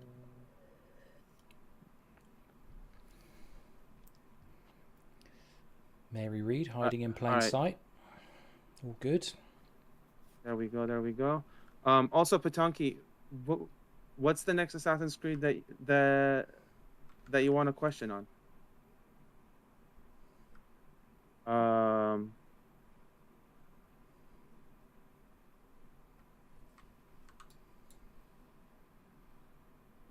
Okay, I got your information. I'll be in touch with you, Patonki. I'll be in touch with you tomorrow to get the code. Let me see. Okay, you want Unity. Let's go Unity. Oh, excellent choice, sir. Let's go. How good was the parkour? Great? Amazing. Really great? Super great? Or okay? No, just kidding.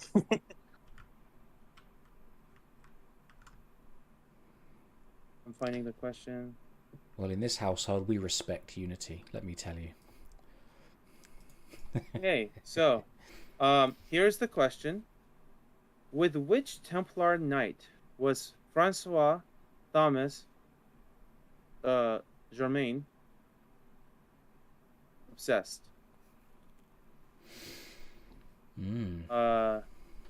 It's a bit of a hard question, but you see the thing. Let me see. Okay, so the multiple choice questions for this is it A, Hugh de Haines? Why don't you type them out and I'll read them? Yeah, I know. I am very bad in these names. people know I'm bad in in French name. I mean, If you guys That's why. go watch the Unity stream, I butchered most of them. yeah, but Yeah, I mean, Uh, English is not a language that is pronounced in any way sensibly, and French is even worse. So you can be forgiven for well, that. I know how to speak French, so I could read Ah, them. nice, nice. you know you know how to speak a lot of languages, Joseph.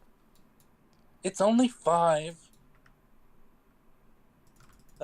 Hugh Nice. de Mayan, Jacques de Molay, Robert de Salle, or Aman Bukhar. Meg, you are right once again. How do you do it?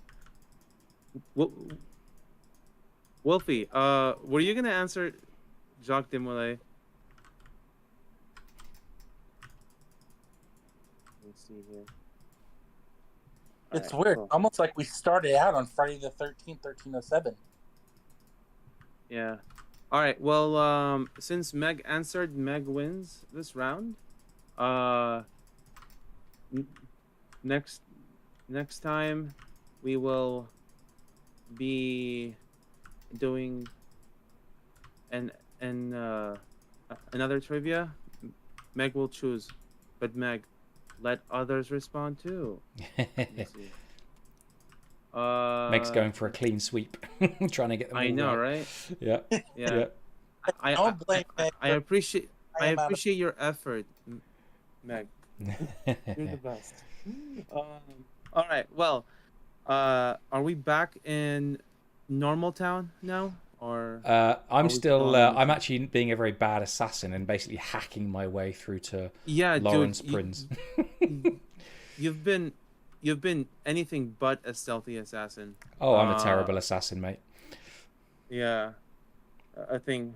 I mean, Way to go, Altair. maybe in Unity you're a stealthy assassin. Oh, definitely, always. See, I would Nice. like to see Unity's co-op brought back, Yes, but expanded on. and 'Cause without the bugs. Really good concept. He's They in the didn't middle. give you enough to deal with it. They gave you like 5 missions.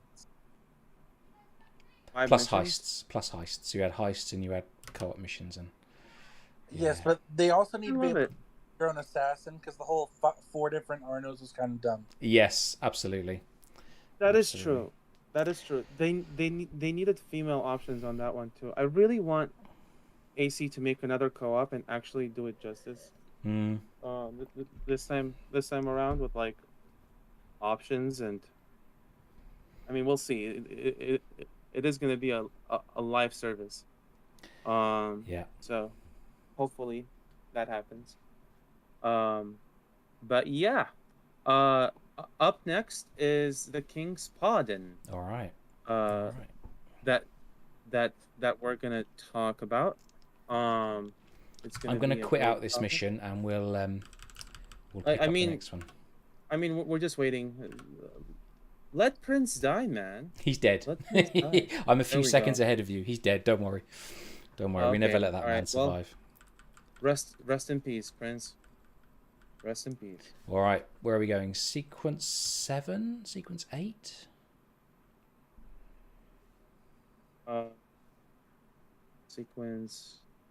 Sequence something. Oh yeah, sequence 7. Memory 1. We Memory demand 1. a parlay. Parlay. Let's go. Yep. Insert Pirates Yeah, of the man. Caribbean Well, hang reference. the code, hang the rule. What's up? Okay. I said hang the code and hang the rules. Yep. All right. So, we'll see here. All right. So, the King's Pardon. Let's start. So, on September 5, 1717, King George I issued the proclamation of suppressing of pirates, aka the King's Pardon. Woodes Rogers, appointed new governor of Nassau, New Providence, came with a fleet to the pirates in 1718 and showed the document saying that if they surrender in the next year, pirates are granted full amnesty. As you can see, oh my god, like this is amazing. I'm talking about it and it's happening. And it's so cool. Yeah. All right. So some like Ben Hornigold and Henry Jennings accepted, while others like Charles Vane denied and escaped Nassau before he was caught. Uh, this is depicted accurately in Assassin's Creed. Charles Vane's escape, that is. We'll go over it later on. Anyway, Hornigold in this became a pirate hunter, accurate, which is also accurately portrayed in AC4. The proclamation offered 20 to 100 pounds of reward for the capture or assistance in capture of a pirate, depending on their rank. Now, Blackbeard was valued at 100 pounds, wanted dead or alive. Um, Pirates were offered 200 pounds to turn in their captains. Actually, like double that amount, which is over $40,000 in today's money. Just a little bit more incentive to betray the pirates. James, be an assassin, homie. I just want to Um, say I hate this mission. I hated it the first time I played it. I've hated it every damn time I've played it. well, just But don't be detected, assassin. yeah, exactly. Don't be detected in a town crawling with guards. Not a problem. Not a problem. Go for the roofs. But there's guards on the Um, roofs. well, assassinate them. I shall be detected, so instead I'm going to hide in a well. Yeah. Anyway, um, okay, so the pardon was reissued and extended from September 1718 to July 1st, 1719, as King George I thought some pirates did not have enough notice to surrender. This is uh, like extending unemployment, basically. uh, Okay, so this gave more incentive for pirate hunters to go out and hunt, crippling the pirates. But why do this? Why issue a king's pardon? Because pirates were vain, pun intended, uh, to the British trade economy. They disrupted growth and halted trade. I came upon the Boston Gazette, which is a primary source, from the time that published the King's Pardon and put out the reasons why they went ahead with the King's Pardon. The newspaper states that, quote unquote, quote, uh, that several persons, subjects of Great Britain, had committed diverse piracies and robberies upon the high seas in the West Indies or adjoining to our plantations, which had and might occasion great damage to the merchants of Great Britain and others trading into those parts. Unquote. Um, See, just as Britain finished off with the War of the Spanish Succession, which was Queen Anne's War, uh, a topic we covered in Queen Anne's Revenge, they were granted the asiento, or the right to import slaves to the New World. They were disturbing, the pirates were disturbing this transatlantic triangular trade, aka also known as the slave trade. The transatlantic triangular trade was the trade that happened between 16th uh, from the 16th century to the 19th century, where um, this is how the triangle would form. Africa got arms, textiles, and wine from Europe, and then slaves were sent from Africa to the Americas, and then sugar and coffee were sent from the Americas to Europe. Hence, you get that triangle. Um, that's why it's called the triangle trade. Um, the pirates were also liberating the slaves to join their crew, which was a problem. Uh, you know, in the numbers, since slave trade was a big thing during this time, and it was also impacting the West Indies colonies from mass producing sugarcane that relied on free slave labor.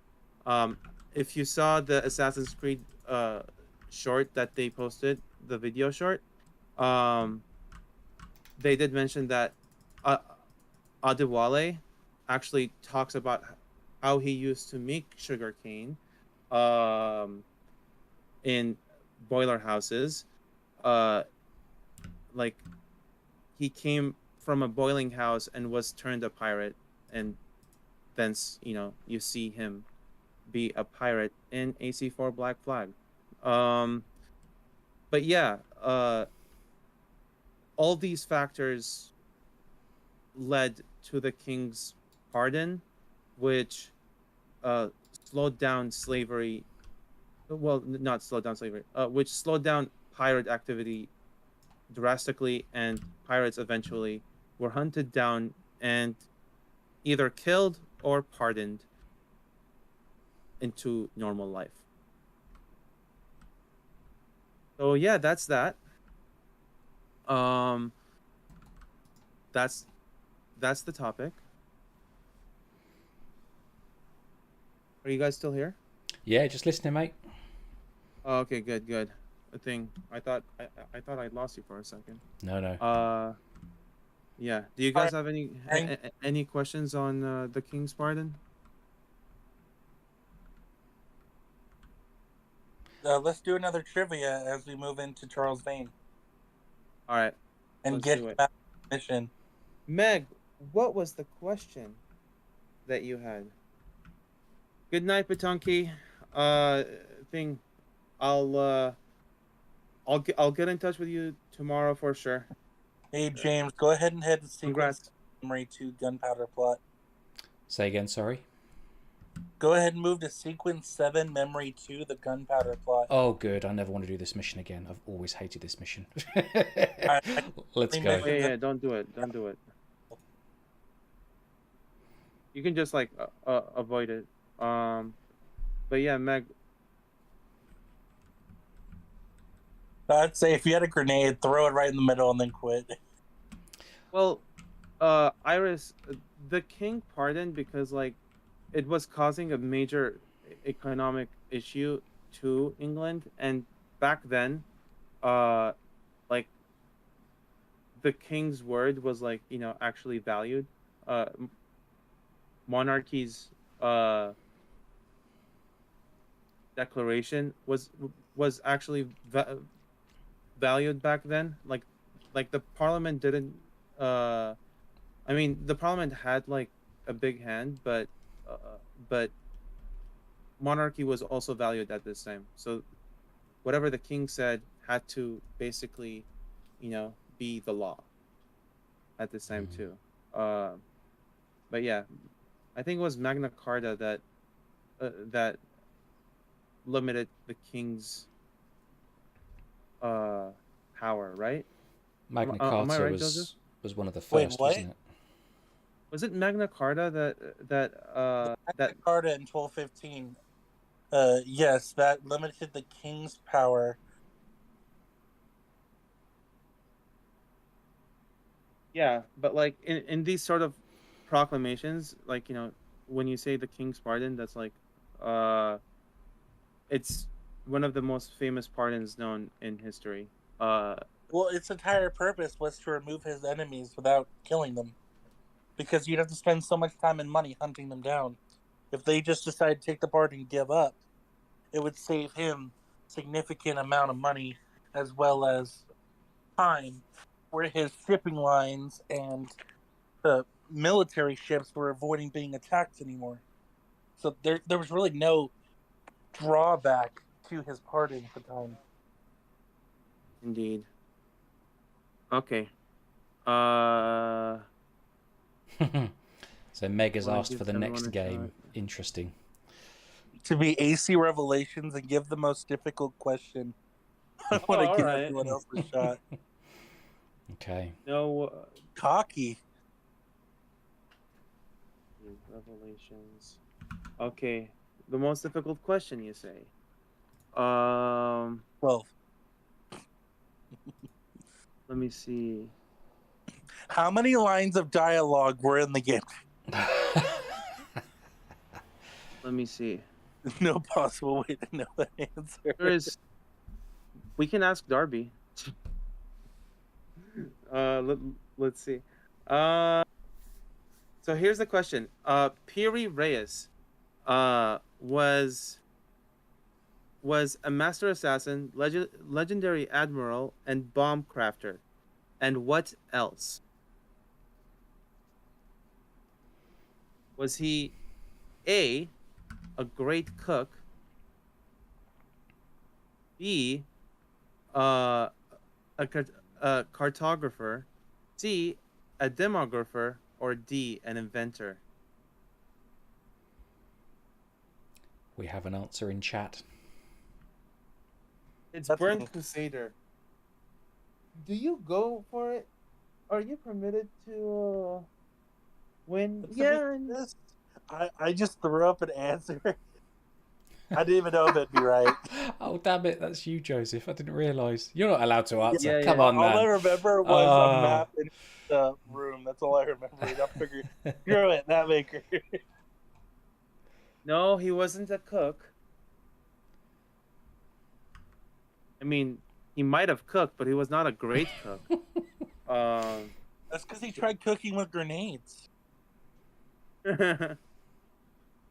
Okay, let's see. B, cartographer. C, demographer.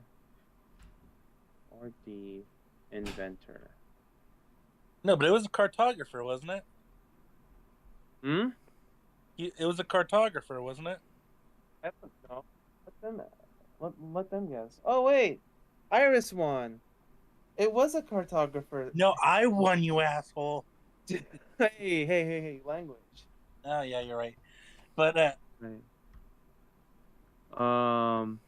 the only map he had in his study was there was only one map right next to his desk, wasn't it? Was it supposed to be like a map of the world or something like that? Map of the world. Probably. Oh yeah. Piri Reyes was like he did some cartography of like the world. I haven't researched much into him, but What's yeah, a geographer? he basically drew up a map. He made maps. No, a demographer, not a cartographer. Demographer. I have. A demographer These would questions probably were study provided by population, Ada. wouldn't they?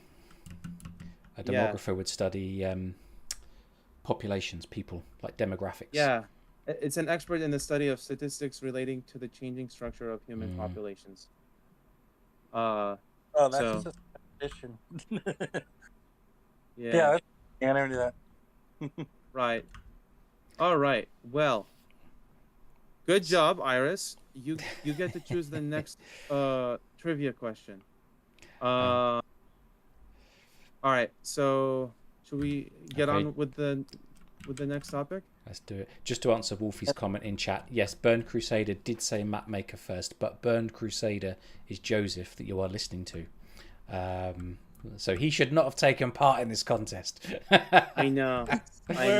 Shocking. Shocking. Right, where are we going for next, Joseph gentlemen? is breaking a lot of rules. He's being a pirate of this chat.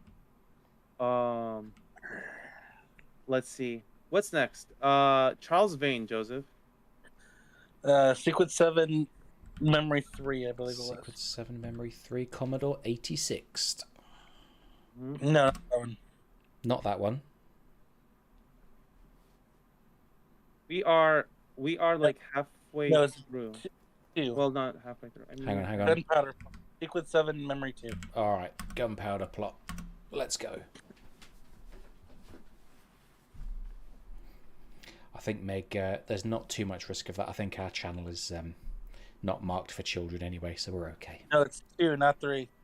Yeah. Yeah, we're on 2, don't worry. If a PG-13 movie's allowed to do it, I can too. All right, so Charles Vane. Let's wait for it to get started. Yes, I know. Let me see. All right, so go on, my good sir. Charles Vane made a name for himself by targeting the English, Spanish, and French industry ships from 1716 until 1719, and was notorious for his harsh treatment of merchant seafarers and soldiers alike. Like his compatriots Benjamin Hornigold, Edward Thatch, and Edward Kenway, Vane worked as a privateer under the British Crown as late as 1715. He operated under the command of privateer Henry Jennings, who was most notable for attacking Spanish ships, salvaging cargo from the Spanish treasure fleet shipwreck site. However, with the Treaty of Utrecht making the life of a privateer unsustainable, Vane sailed for Nassau in 1716. After arriving in Nassau in 1717, where he and Jack Rackham informed Edward Kenway of a large prize in a nearby fort, Vane became a leading member of Nassau's pirate community. And no, he was not a good person, Wolf. Vane was present in July 1718 when Woodes Rogers arrived in Nassau to offer its residents the king's pardon, absolving them of their crimes if they chose to give up piracy. Unlike Benjamin Hornigold, Vane was not keen on accepting the pardon, and worked with Kenway to orchestrate an escape from the barricaded Nassau, as we're seeing now. Sometime after Edward's escape, a British ship arrived on the island. Taking his chances, Vane approached the vessel and tried to talk his way on board. However, the ship's captain, a former pirate, recognized Vane, and ultimately the captain and his crew chose not to arrest Vane, and he was left marooned on the island. Fortunately for Charles, a few weeks later, another British vessel showed up. This time, though, Vane was not recognized and managed to securely passage himself off the island. Unfortunately, this stroke of good luck soon turned out to be a curse disguised as a blessing. It turned out this new vessel was working with the previous one, and the captain from the first ship happened to be aboard. Vane tried to keep a low profile, but after only a few days at sea, he was spotted by the original captain. After confirming that it was indeed Vane standing in their midst, the reformed pirate informed his fellow captain and rest of the ship's crew as to their passenger's true identity, and Vane was arrested on the spot. The captured pirate was then imprisoned aboard the vessel and taken to Port Royal, where he was handed over to the authorities and would remain in prison for the next 2 years. A few days later, on March 29, 1721, Charles Vane was publicly hanged for piracy. His body was later left on display in a gibbet outside the harbor of Port Royal as a warning to other pirates. After helping the assassins to defeat the Templars in the Caribbean, Edward Kenway saw a vision of his dead associates sitting at a table and drinking. Amongst them was Charles Vane. Although historically, Charles Vane died before Mary Read, because Vane was executed in March 1721, while Mary Read died in prison a month later in April 1721, under unknown circumstances, although in the game the order of their deaths had been reversed.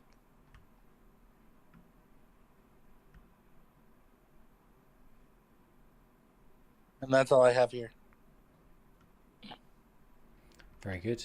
Very good. That's nice. That's nice. So, order of whose deaths were reversed? Sorry. In the game, Charles Vane died after Mary Read, but historically, he actually died a month before she did. Oh. Oh, he was just put there as like this is what happens to pirates. I mean, it was kind of cool for him to be put there. Yep, he was put in a cage to sit and suffer forever. Wow. Nice. I mean, not nice, but he's a pirate.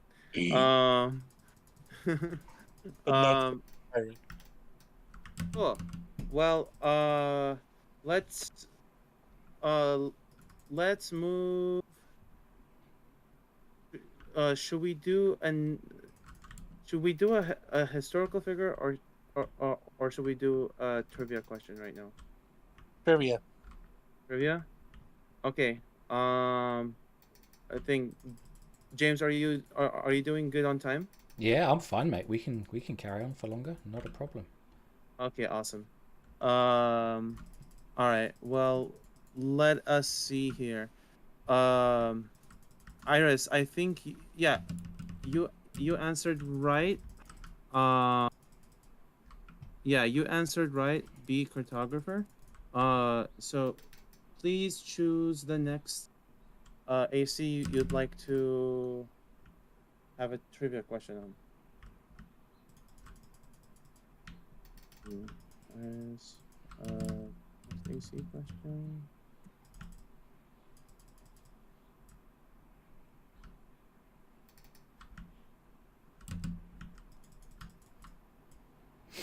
All right. Let us see here. I want to see the part where Vane and Edward got stranded on a ship with no rudder. When that happens, is it the next sequence? I think Charles Vane actually did go like crazy.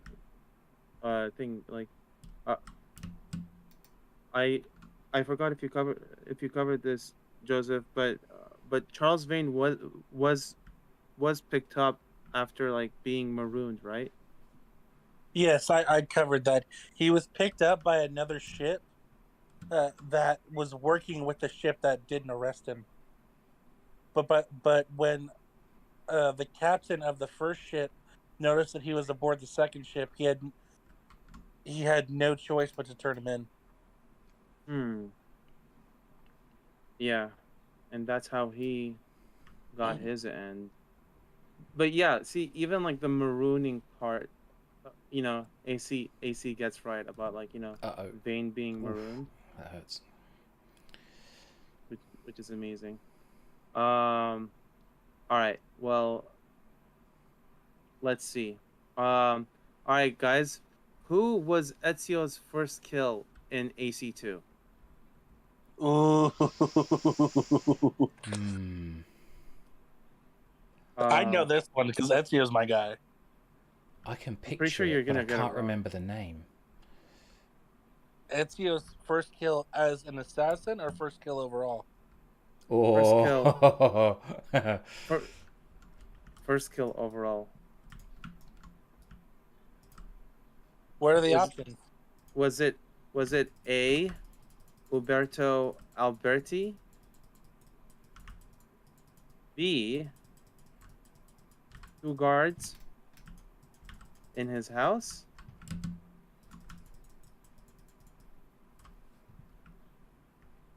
B. Vieri de Pazzi,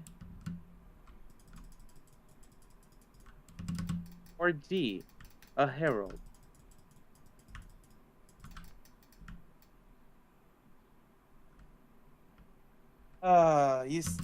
You guys still don't have the right answer.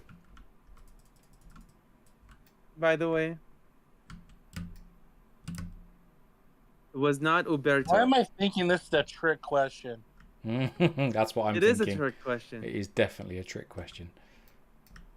It is a trick question. No, it's Okay, not hint for Uberto. those in the chat. It is not A or C.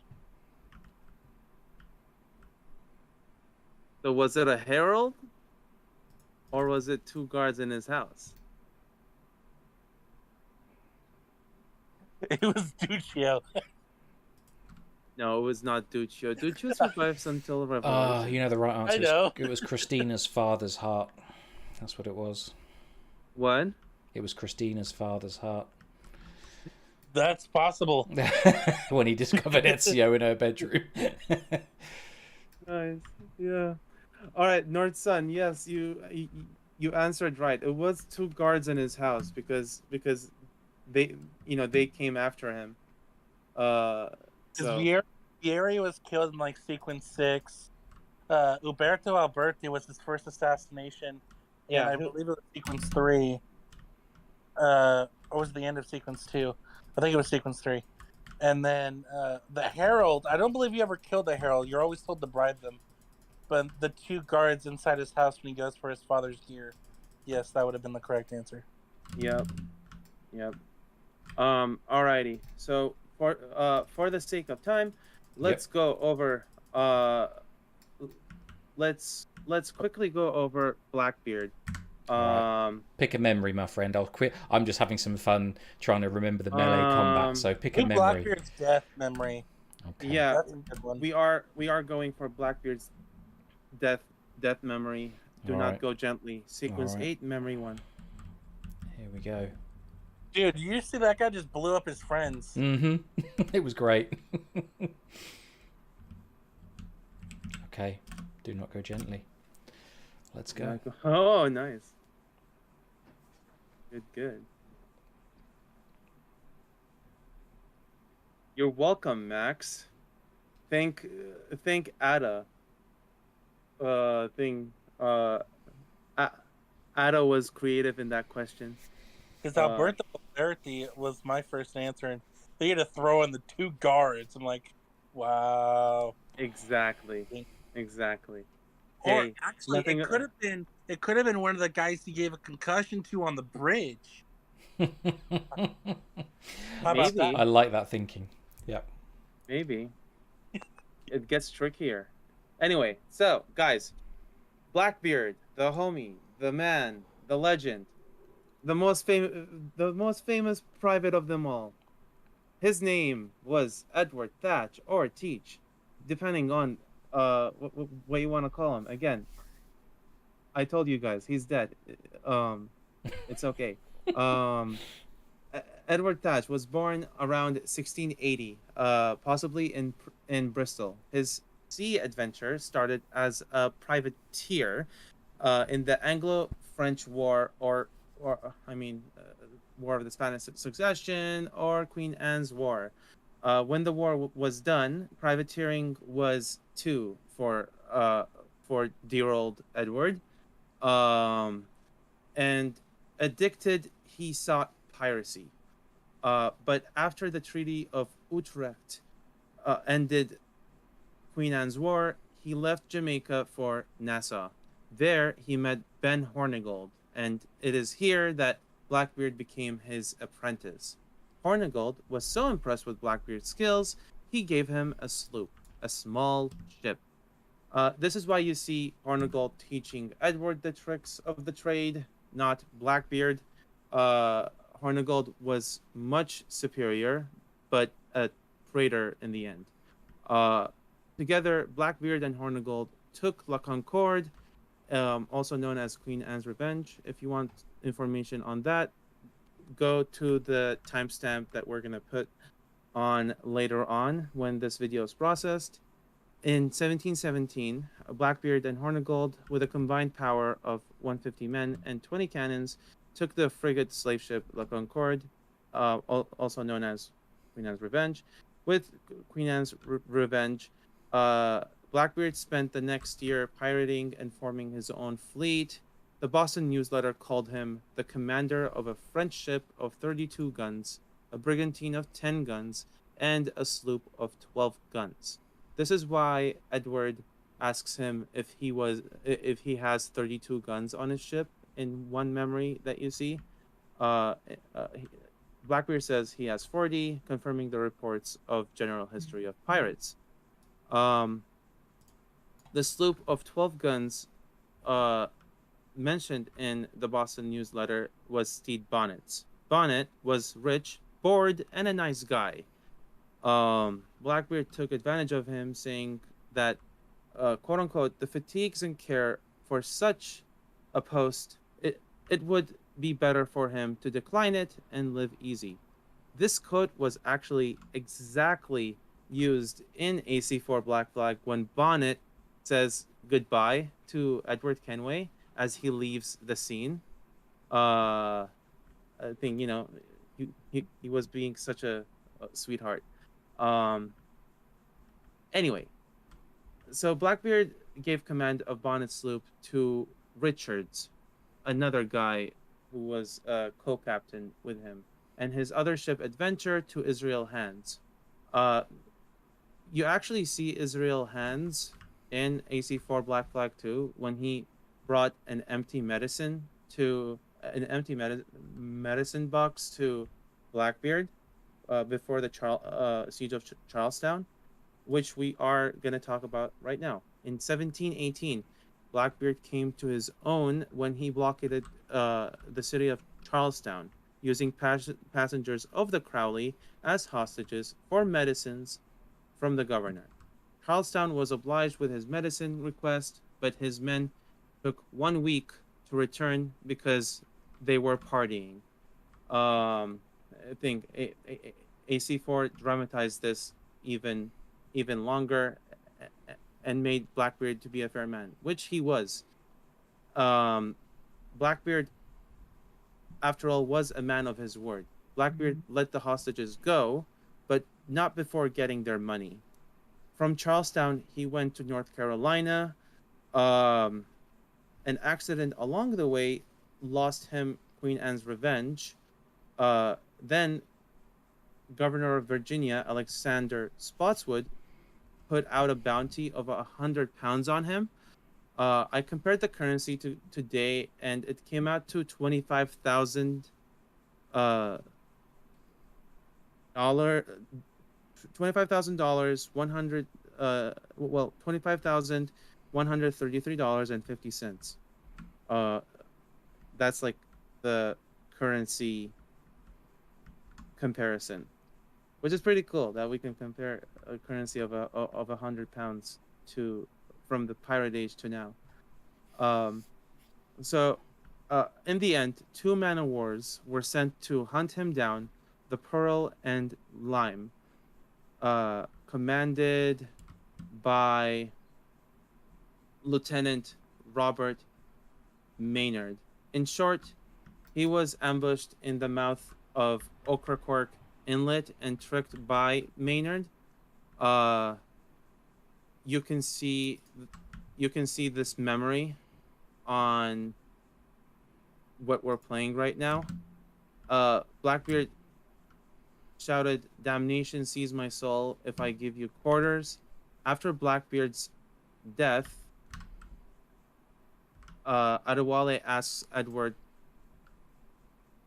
"What of Thatch?" Edward says he drinks damnation, which, when Blackbeard said, Blackbeard said, "Damnation seize my soul," in in the general history of pirates, and then Adewale says, Edward says he drinks damnation. That's kind of like a full picture, which is like cool. It's like a cool wink to history. But the fight that you are seeing in front of you only lasted over like 6 minutes, according to Lieutenant Robert Maynard. Blackbeard was then shot 5 times, cut 20 times, his head mounted on top of Maynard's ship, and his legend lived on. So yeah, basically that is all I have on Blackbeard. I do have an extended thread on Blackbeard, but I wanted to make this short, just just for the sake of time.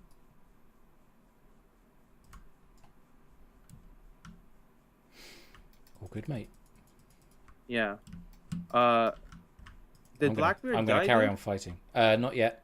Still doing the boarding action, and I'm out of practice, man. It's been so long since I've played this game. It's fine. So just got to kill 3 more crew, and we're done. Oops. We'll go on. Okay, about here we go. Another. Okay, random historical fact. The most common or most well-known painting of Blackbeard's death, with the single white sailor with a cutlass about to strike down Blackbeard, some have said to have credited that to have been Maynard engaging Blackbeard in a one-on-one duel before his death, as we are about to see. Oh, wow. Cut down 5 times and cut 20 times.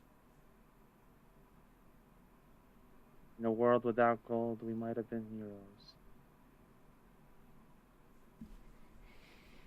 What a death. What a death. Mm. See, that's a Call of Duty move. He went right for the back. Yeah. At least he didn't teabag him. How do we know? He got thrown off. He didn't see. Yeah. Maybe he did. Maybe he did. All right. Right when he says he drinks damnation, I think that is good. Um, that is a good place. What's happening? Escape the zone and become anonymous. Time to get the hell out of here. We're outnumbered, outgunned, outmanned. We're outnumbered, mate. I'm pretty sure with your ship, I could win it. When the demo, Blackbeard is a real person. That was his nickname for Edward Thatch. Or Edward Teat. yeah, Blackbeard was a real historical figure. Yeah. Iris. Oh man, seeing this edge here, it's like a ship, literally. Yeah, Meg. Yeah, it does. Next, we have Benjamin Hornigold. See, when he says he drinks damnation, oh, so it's so good.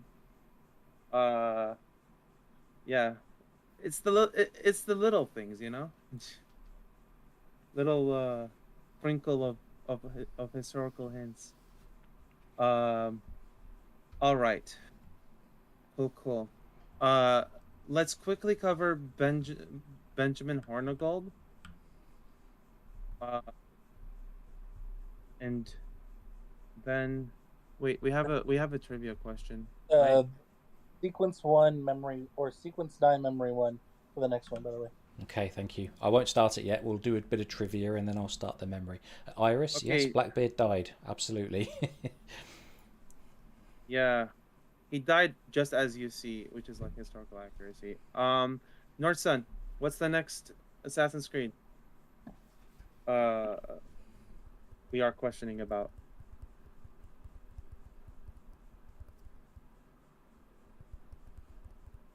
Let's see here.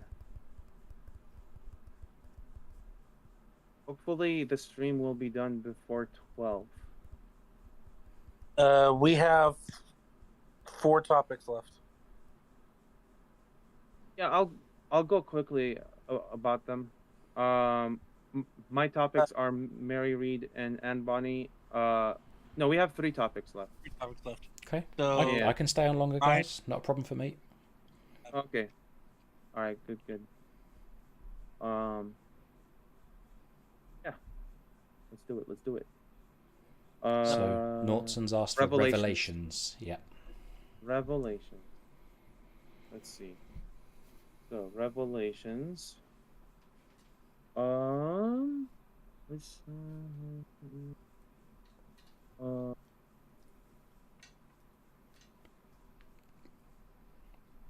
losing the question here.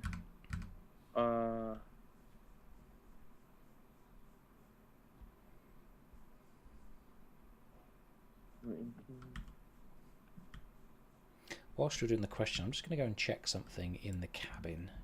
See if right, Kenway's fleet here's the is question. working. How many keys were imbued with memories by Altair ibn Ahad?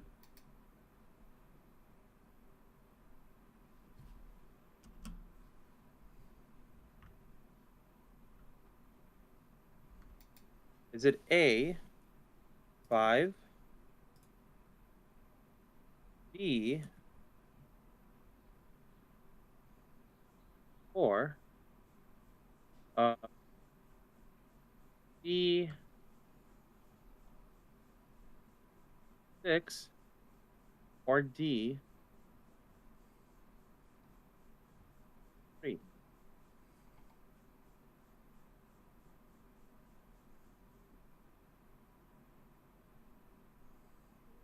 Yeah, that's a ton of keys, Joseph. Yeah, but Which why did I pick 17? Because subject 17. wow, that is true. That is true. Man, if we had 17 keys, that's like a whole franchise of a game. That's Valhalla. That's Valhalla. That's Valhalla. One key per arc, should we say? Yeah, you find the first 10 keys uh during the arc, and then the seven others would be DLCs. Oh. Oh, I've got a hunter on my tail. Let's see. Oh, this will be easy. In mythological areas. But by the way, the answer is still it's still not answered. Like the question is still not answered. It's not 4, it's not 3. It's either 5 or 6. Someone said 5 right after I said or right before I said 17.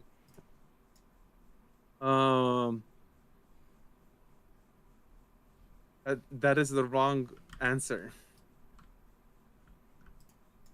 I wonder which one it is now. Process of elimination. Max, you got it right. How did you do that? Okay, Max wins this one. By the way, hello new chat. I see more people are joining, which is great. Bonus points if you can name all 6 memories. Oh.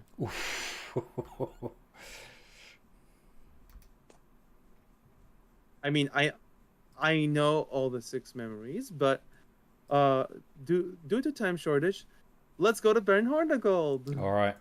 I just got to do this boarding because I desperately need some crew on the Jackdaw. So hold that thought. Oh yeah. All right, we're done. I'm just going to get him to join my crew, and then we'll go do Hornigold. How are you going to get him to join your crew if you got to kill the crew?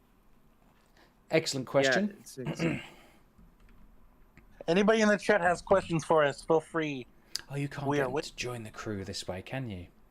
Yeah, if you have a question on like Blackbeard or like any topic that we covered. By the way, thank you for you guys for putting your time over here, like, you know, enjoying the chat with us.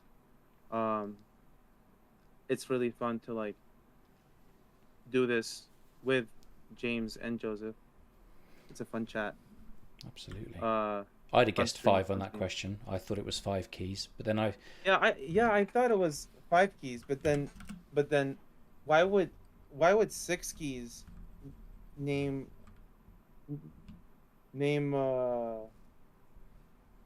It's because you need 5 keys to get into the tomb, but the 6th key is in Altair's hand. Ooh. Yeah. But then Nice. there's a reason 6 keys is 6 keys. Are you talking about our 6 keys? Yeah, exactly.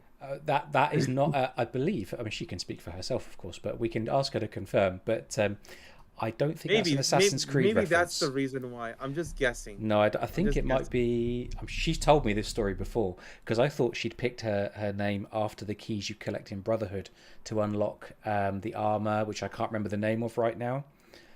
Is it the Romulus? In Brotherhood, that's the armor. The Romulus armor, Remus armor. Romulus, yes. Romulus, That's but no. Wolf armor. Yeah, it's not that reference, Arshak. I think her name might be a reference to Pokemon, but I could be completely wrong. Anyway, guys, direct me to a memory. Let's go. All right, so you are playing Sequence 9, Memory 1. Imagine my surprise. Imagine my surprise. Let's go. This is where Woods Rogers and Ben Hornigold are talking, and where Ben Hornigold is like turning on his pirate brethren. So it was a fitting memory to play.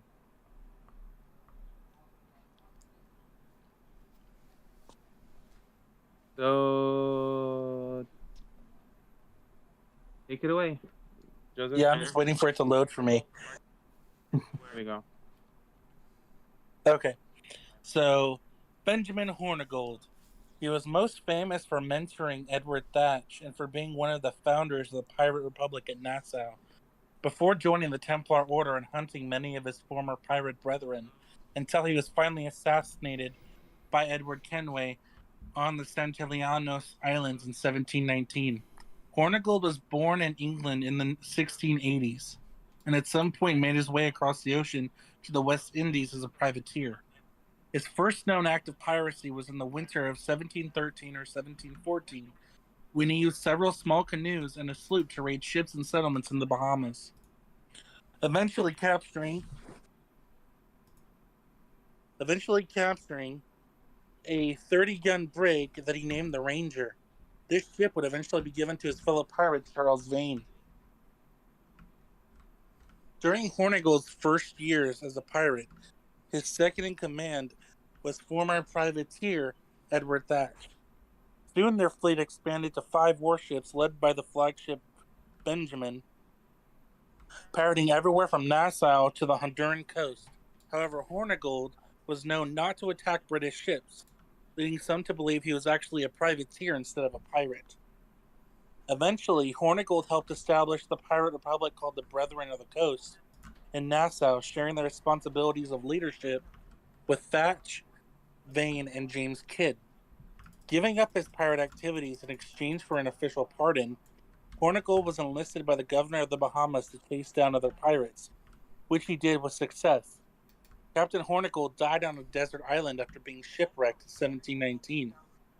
Hornigold, like many other pirates in the so-called Golden Age of piracy, was based in the pirate haven of New Providence in the Bahamas. He had established himself between 1713 and 1716, after formerly serving the British government as a privateer against Spanish and Portuguese vessels. The haven became a notorious den of iniquity, where pirates could trade their booty with dishonest merchants and enjoy the pleasures of store life, including wine, women, and song. Pirate leaders often commanded a fleet of several ships, and Hornigold was no different. In September 1717, Hornigold promoted another, not yet infamous member of the crew to the position of subordinate captain. This Englishman was Edward Teach, who was better known to history as Blackbeard. Teach had joined Hornigold's band of pirates in the Bahamas the year before. Hornigold gave Teach command of a captured sloop, and the pair went on to attack ships in the Caribbean and off the coast of North America with great success.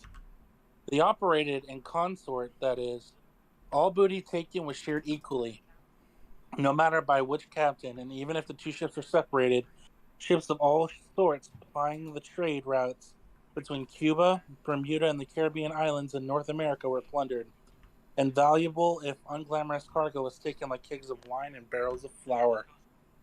A notable capture of the Hornigold-Teach partnership was the Concorde, a French ship on its way to Martinique, loaded with gold dust, coinage, gems, and other previous goods accumulated from various trading posts in Africa. Fitted out with 40 guns, which equaled the firepower of many naval vessels, Blackbeard, as he was to become better known, would use this formidable ship to outdo Hornigold in his life of crime. This profitable pairing now split amicably. Blackbeard sailed off to plunder the coast of North America, while Hornigold remained in the Caribbean waters. Blackbeard was eventually killed in a battle with 2 Royal Naval ships in November of 1718, while Captain Hornigold meanwhile decided to take up the offer of a royal pardon. While many governors and officials on the east coast of the American colonies and on the Caribbean islands had turned a blind eye to piracy, either because they were involved in it themselves or because pirate booty was often cheaper than buying goods from legitimate traders. Times were changing. By the end of the 1710s, the British government and legitimate merchants were applying pressure on colonial governors to finally stamp out piracy.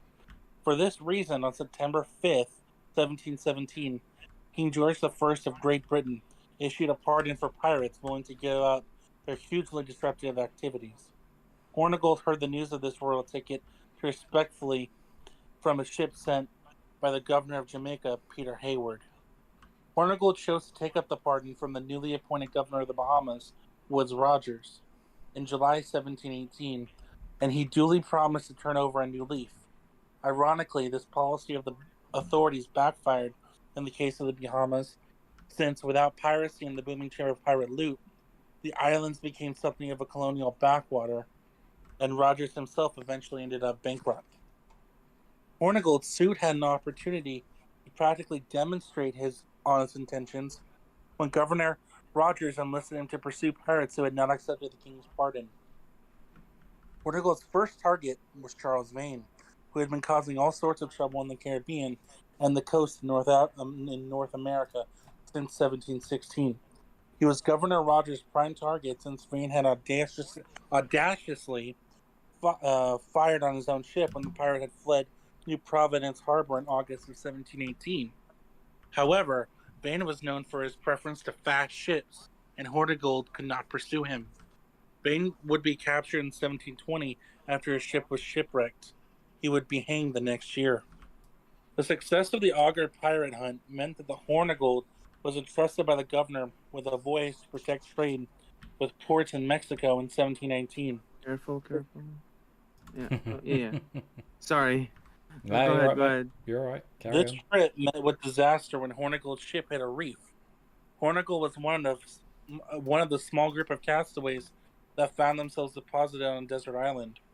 While 5 men managed to build a canoe and escape, Hornigold was left behind and died on the island. Damn. So Hornigold's death was in an island too, huh? Yep, he got Jack Sparrowed. Yeah, but like his death in this game was actually portrayed to be in like a jungle of a sorts, like island maybe. So that's a cool fact, man. Wow. Like rest in peace, traitor, kind of thing. But yeah, you know. So let me see. Thank you for that, for all that amazing facts, dude. Thing. I will definitely be using it to like make historical fragments out of it. Let me see.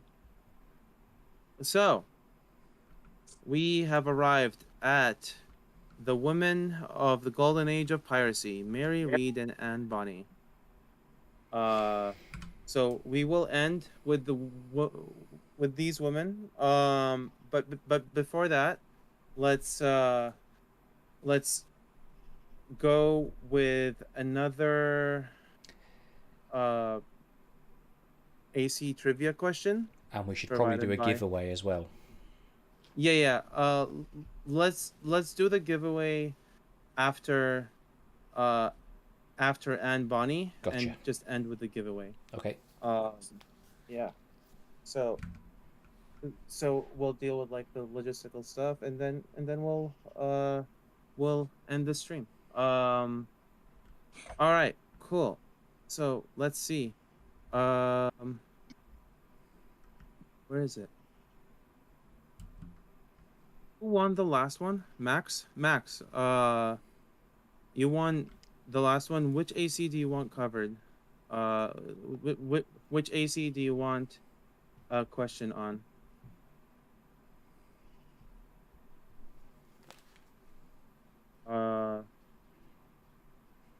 Exactly. Let me see, Max. Which AC do you want trivia question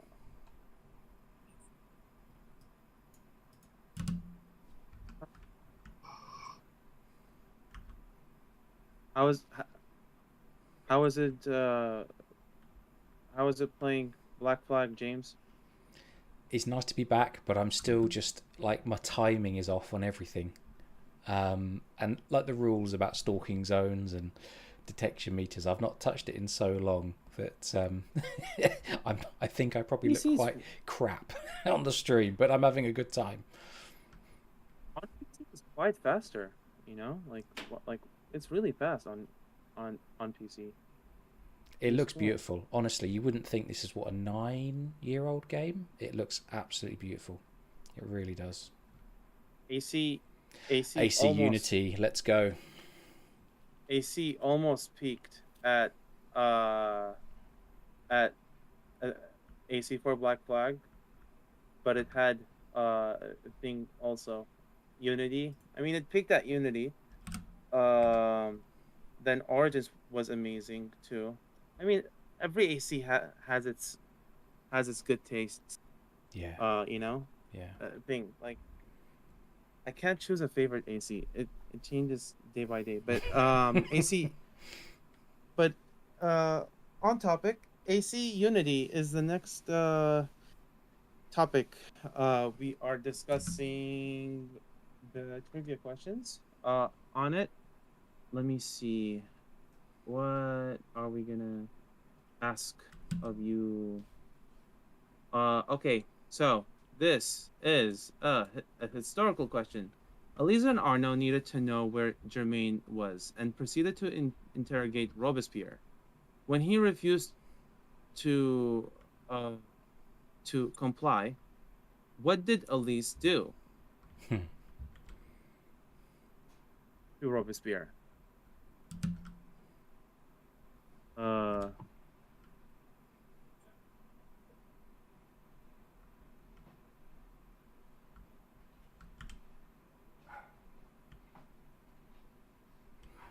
While we excuse my dog barking in the background. While we do the trivia, I'm going to do some harpooning. so People were asking for that Yeah. earlier in the chat. Harpooning, very popular activity. I'm not okay, sure so why. The multiple choice question is she started crying. She punched him in the face. C, she shot him in the jaw. Or D, she kicked him in the balls. All the above. All of the above. That's in the DLC hidden scene. Yeah, hidden scene. She started crying. She punched him in the face. She shot him in the jaw. She kicked him in the balls. Okay. I mean, Wolfie's kind of right. She did shoot him in the face, particularly the jaw. So I'll give it to Wolfie this time. Absolutely. Good job, Wolfie. Um, yeah. Thing. It was actually historically accurate too, because he went to his execution at the guillotine with his jaw broke. Mm. And and and and then he died. But I think he suffered when dying too, because the guillotine didn't work right, quote unquote. Maybe someone was like angry at Robespierre. Of course they'd be angry. He caused the death of many people. But yeah, go watch the Unity stream that we did with Master Hikate's ceremonials. I'll link it. I'll tell you what I'll later do on. also, But Arshak. In this video description, I will put a link to the previous streams in this series, which are on a different channel. So with another yeah. friend of the show who was doing the streaming over the last weeks. But I'll link to those other videos so people can see the whole series. Definitely. And Okay. the dog is still barking, which is annoying. Anyway. No. I'm not hearing anything, to be honest. Oh, good. Yeah. So, let's go over Mary Read. Now, this Mary Read research was done by Assassin's Creed Wiki. I did a collaboration with them back in the day, when AC Sisterhood was just starting. So AC Wiki and we were like, hey, let's make like six threads together about the women of Assassin's Creed, to showcase uh the power of women through history. And it was like a successful collaboration, so I am forever thankful for AC Wiki for such an amazing time working together. So yeah, this is by them. I'll also leave a link to this thread later on. But yeah, I'll be reading through it. So And which Mary Reed. which memory would you like in the background whilst you talk, Arshak? Uh, so for this memory, we discussed that we will go for Mary Reed's uh final scene sequence 11 memory 1 Okay. uh to suffer without dying. All right. Everyone's gonna cry, you know, don't you? Yeah, yeah.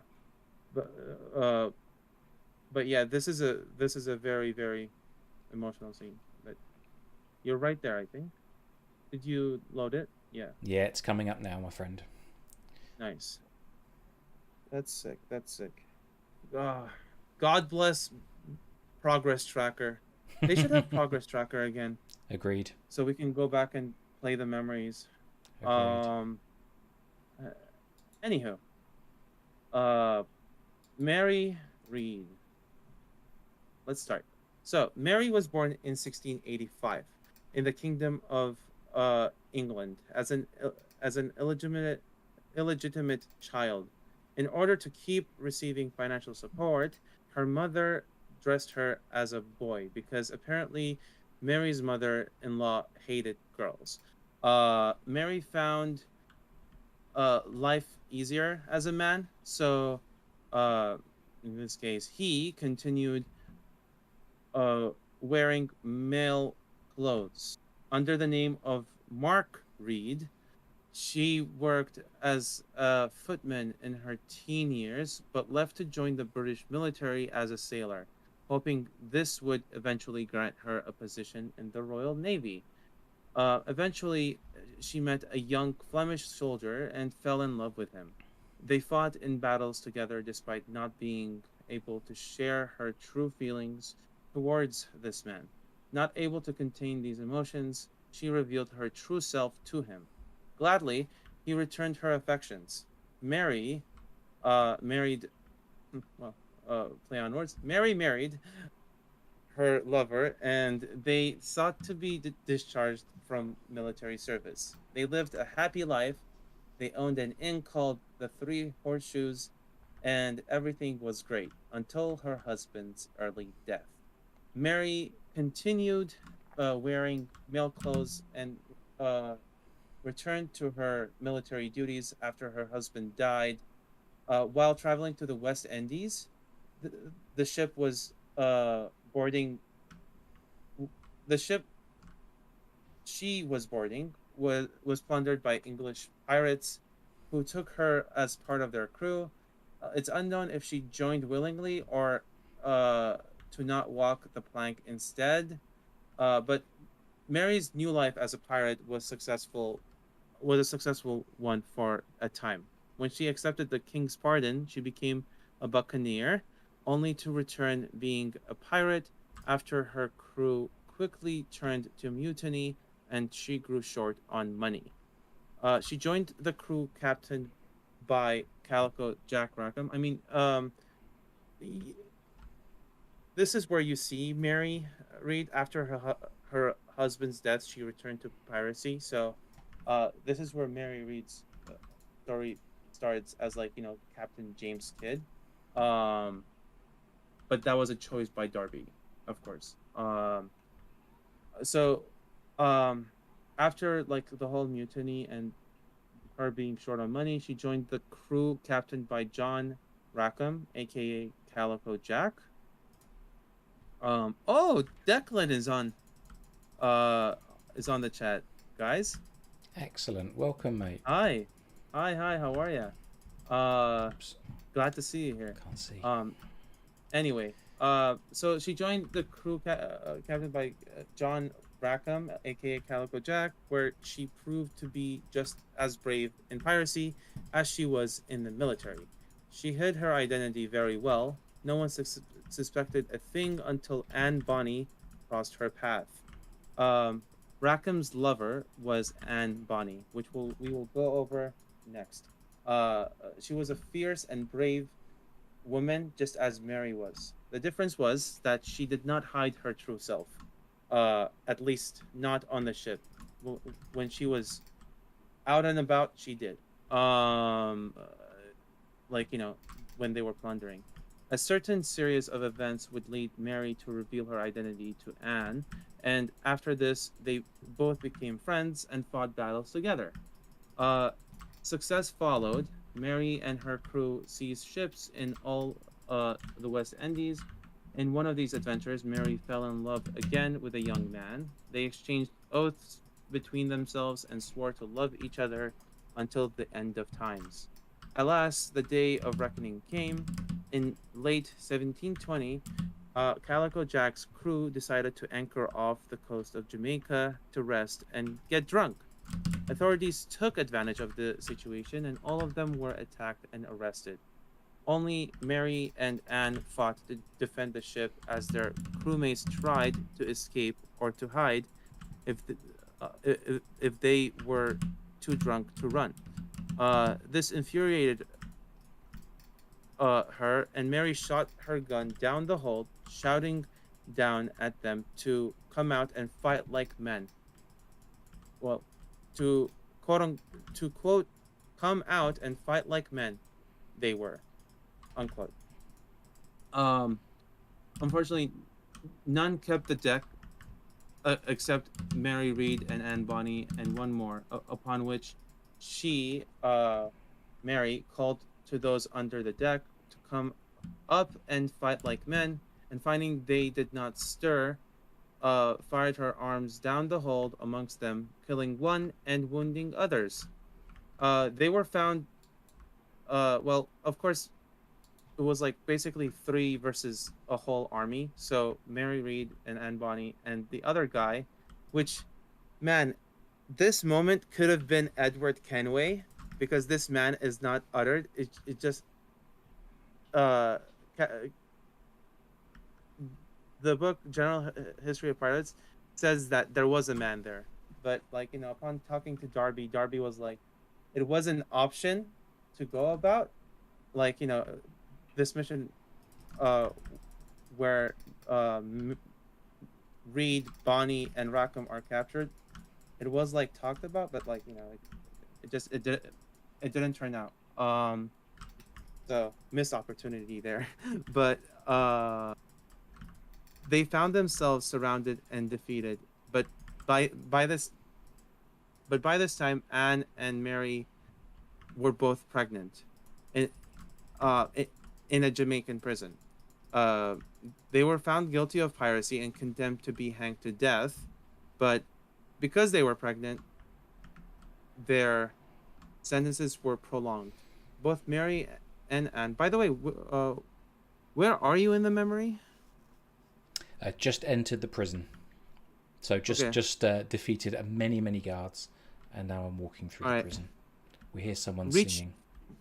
reach the prison because we're about to Yeah, uh finish here. Okay. Tailing or hiding, he's fine. Yeah. exactly, exactly. Anyway, so um both Mary and Anne pleaded their pregnant bellies to delay their execution. Um uh, Alas, Mary died in uh April 1721 CE in prison after uh after developing a fever. Anne Bonny had a brighter alternative and was eventually freed. Now, some facts for you. Black Flag's novel adaptation. In Black Flag's novel adaptation, Edward becomes somewhat attracted to Mary after she reveals her identity to him.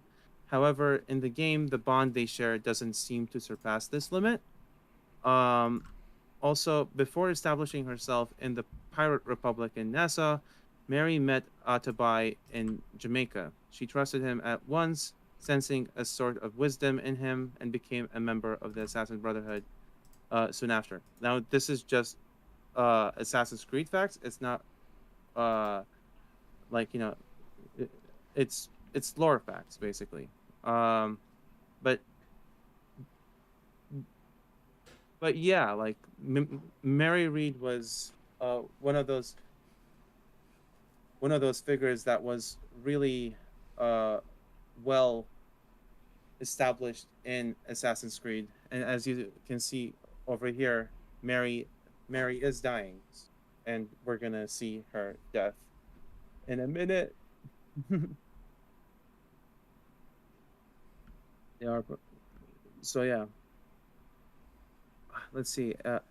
Anne Bonny is a fiercest woman because she has no chill of fighting. Following Mary for that. So yeah, that was all I had on Mary Read. I actually also did like a short on Mary Read on an Assassin's Creed TikTok I did on AC Landmarks. Uh and I just remembered I had that research too, but I think I I I remembered that AC Wiki covered it even better. So yeah.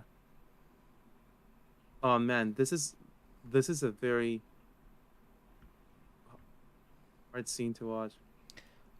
I'd also forgotten how they how slow this is, and it really drives the point home that she has no energy left, and this game is just fucking perfect. It really is. Because see like they put the objective of like reach that Yeah, scene, exactly, like exactly. reach that point, and you don't even reach that point. Like it's like um you're almost there, but she can't make it, and it just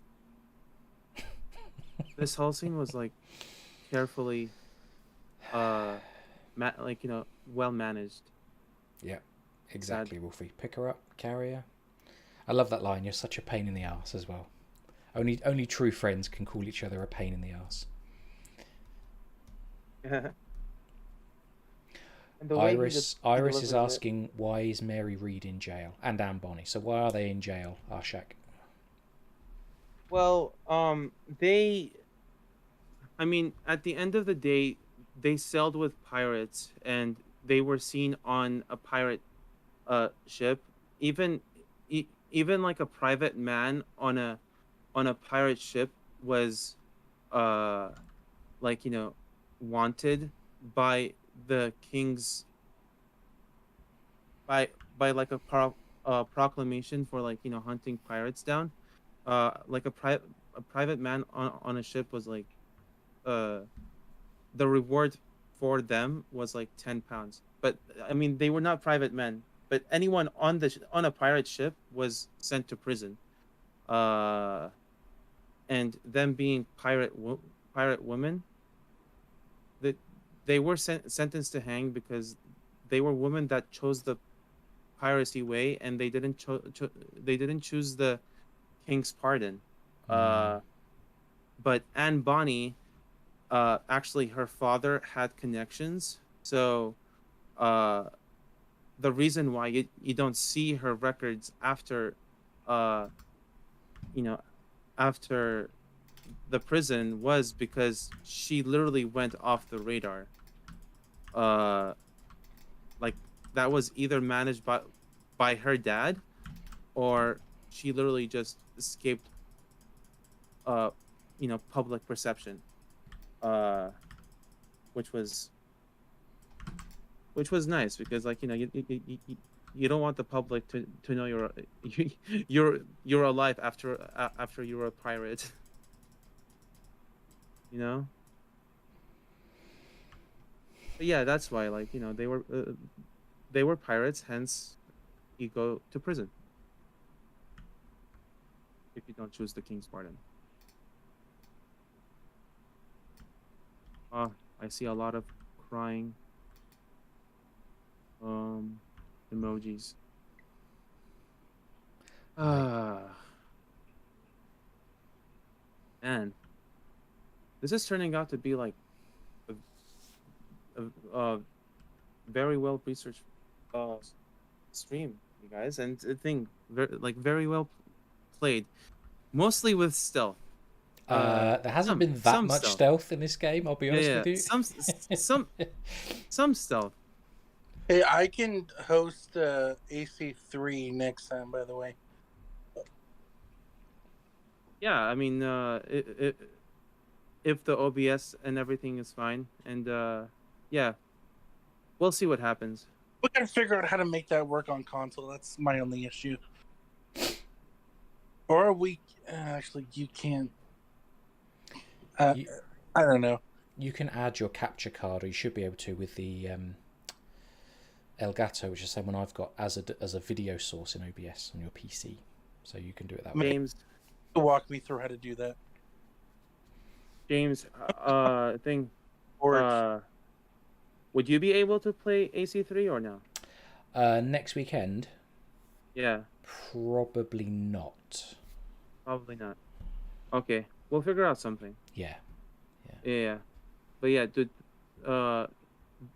this is an amazing collaboration with you, leaping into history. Yeah.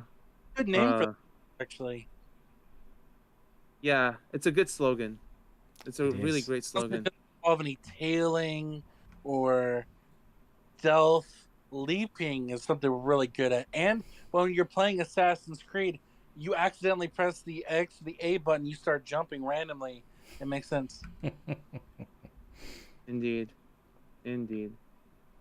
All right. Well, we are at the last trivia question. After the trivia question will be Anne Bonny, and after Anne Bonny will be the last giveaway of Assassin's Creed, Valhalla Ultimate Edition, and we will end it there.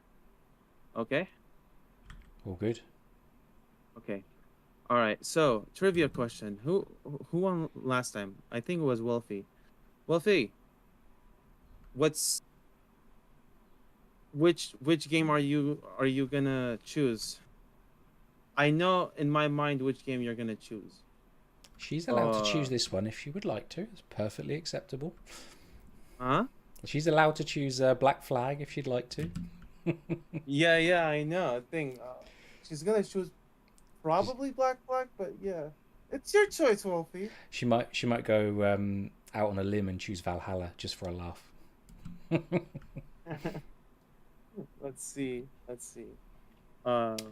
As Wolfie says, one of my favourite Edward lines, nothing sensible. Yes, absolutely. And Irish, you asked, what is a king's pardon? We discussed that earlier on in the stream where Arshak or Joseph, I'm sorry, I can't remember who was speaking, described what it meant and how it came about, and why we see it in the game. So have a look back at the earlier part of the stream later. And Wolfie has chosen Black Flag. Happy days. Oh my god! Did not see that coming, did you? I didn't see it coming. I did not see it coming at all. Man. Let's see here. Black Flag. Okay. So Black Flag. Well, did you see that? I was going to choose Brotherhood, but I didn't want to disappoint you. Well, we're very happy that you've stuck to your plans. You've adapted. Sorry. What's up, Joseph? I said, I don't know. I'm feeling a little disappointed. Hey, it's good to end on Black Flag, and who else would choose Black Flag other than Wolfie? You know, Black Flag is amazing. Okay, so let's see.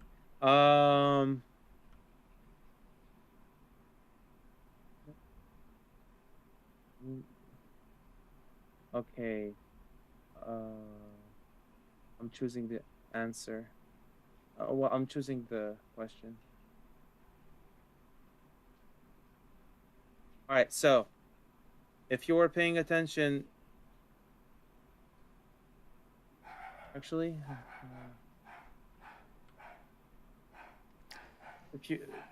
this is a history question. So, how did Edward and Blackbeard acquire a proper amount of medicine for the people of Nassau? They learned to swim. Yeah, and the Animus rendered it. I know, and the Just rendered it. All right, so these are these these are the options. Uh, the options is they they bought a diving bell and retrieved the medicine from a sunken ship, or B, did they attack British man of war with the Jackdaw and the Queen Anne's Revenge, or C, did they end up purchasing the medicines in Havana, or D, they stole it from a storeroom in Charlestown.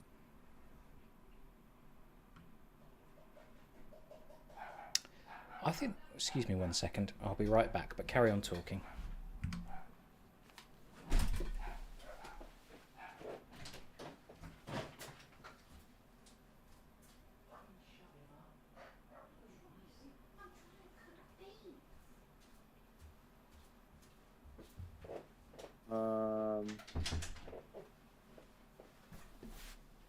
The ending purchasing. Okay, I'm back.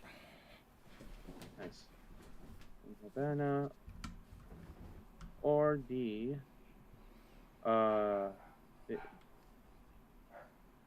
Wolfie, you are wrong. How dare you? Yeah.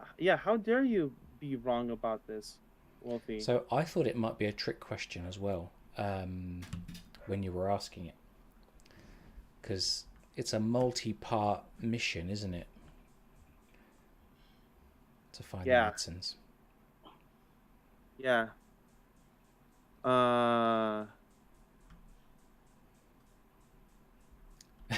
Yes, when the diving bell hits the water, it does make a very loud kind of clong sound, doesn't it? Like dinner is served. There we go. So they bought a diving bell, they attacked a man of war, they purchased the medicine, or they stole it in Charlestown. So the question again is, how did Edward and Blackbeard acquire a proper amount of medicine for the people of Nassau? And Nordson is correct. They went to Charlestown. This was the whole siege of Charlestown thing. Blackbeard blockaded Charlestown for medicines. Edward and Blackbeard. When he dives for the medicine, I remember the cutscene where Edward comes up on ship and he opens the bottles, but when he pours it out, doesn't he say something like they're empty or it's bad, and that's why they have to go to Charlestown, I think? Yeah, exactly. Yeah. So they acquired a proper amount of it in Charlestown. While they were diving, they didn't have a proper amount of it. So yeah, it's like a trick question. But thank you, Ada, for this trick question. She asked good trivia questions. The bottle was rancid. Yeah. Yes, Wolfie. Yeah. Bottle was How rancid. dare you get a question wrong, Wolfie? How dare you? Shame. Edward would be very disappointed. But hey, he's dead. I'm just kidding. I decided to put the diving bell out just because Wolfie and Meg were both saying they liked the sound of it. So I love the diving bell. I've completed all of these locations, but we can just we can go and swim to a few of the air barrels and just mess around for a bit. All right, awesome. Well, we have the last part of this stream. Finally, we arrived to the end. Oh wow, Assassin's Creed, right on point. Assassin's Creed just posted the parting glass video. Is that where you'd like me to go next? Yeah. Well, I'd like you to go to which memory did we discuss for this? Yeah. Sequence. I'd like you to go to sequence 12, memory 1. Governor 12, memory 1. Or do you want to go to the last memory and end it with Do you want to end it with Parting Glass, Uh, or should we end it with Parting Glass when we're doing the Assassin's Creed Valhalla I like your uh thinking. So let's giveaway? do sequence 12 memory 1, and then we'll do the final epilogue in a minute. Okay, all right. Let's do sequence 12 memory one. By the way, James, can you update the description with my info as well? Absolutely, yeah. Put it in the chat afterwards, and in the Discord chat, of course. Yeah, I'm trying to find a way to copy it, but it won't let me. Just message him afterwards, and I think it'll be fine. All right. I'm gonna put pictures of it so he can just look up the names. Yep. All right. So I should start with Anne Bonny. Let's. Anne Bonny's thing is gonna be pretty. Thing. Let me see.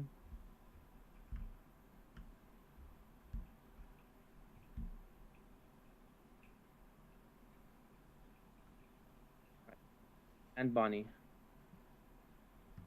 All right. So Anne Bonny freely. Thing. I'm gonna. I'm gonna go over Bonnie's life with like from her from her birth to her escape from prison.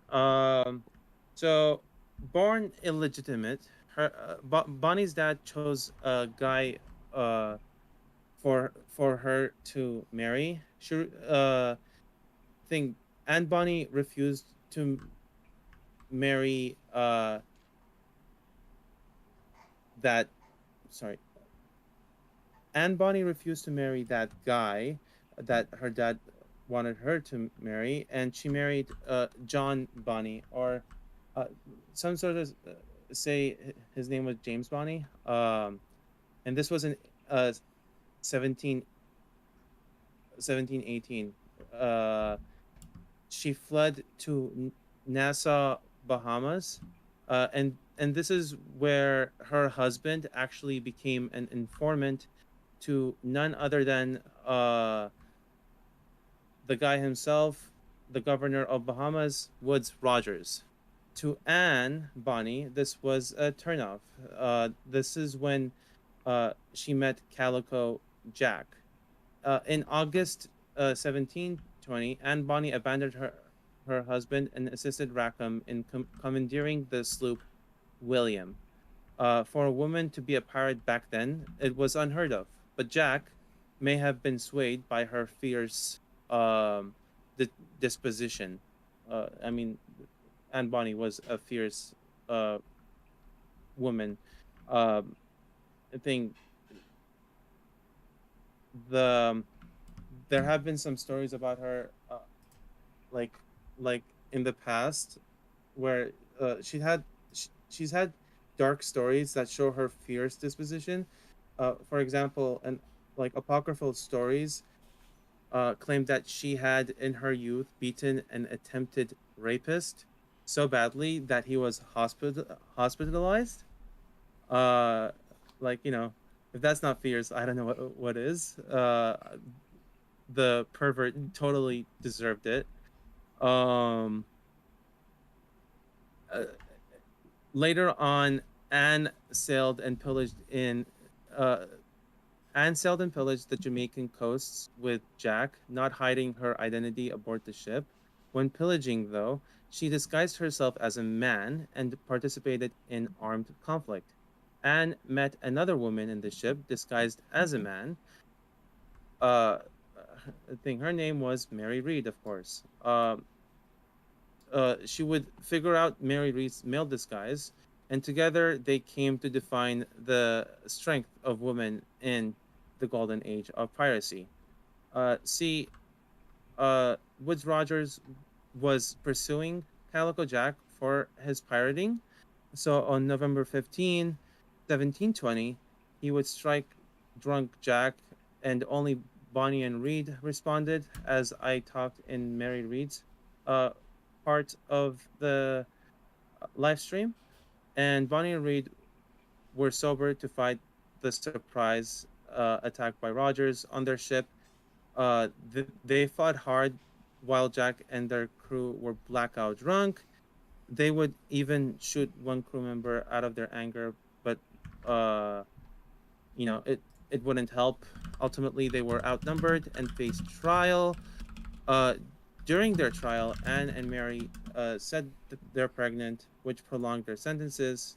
As for the rest of the crew um, and Jack, they were dead.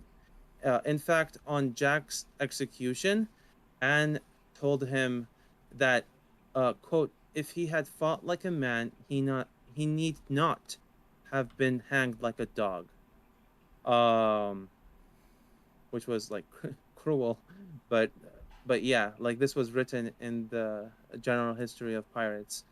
Um, so an Assassin's Creed historical fact: when we first see Anne Bonny, Rackham is present, and she is in Nassau, Bahamas, probably married to John Bonny, but John Bonny was not shown in this uh in this game thing. Like there is a memory where when Calico Jack comes, he like looks at Anne Bonny, and that's like their initial meetup in the game, and and that fact is so cool.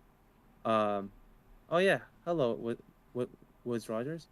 Anyway, Anne Bonny um was also an Irish woman, and in game she talks Irish, voiced by Sarah Green.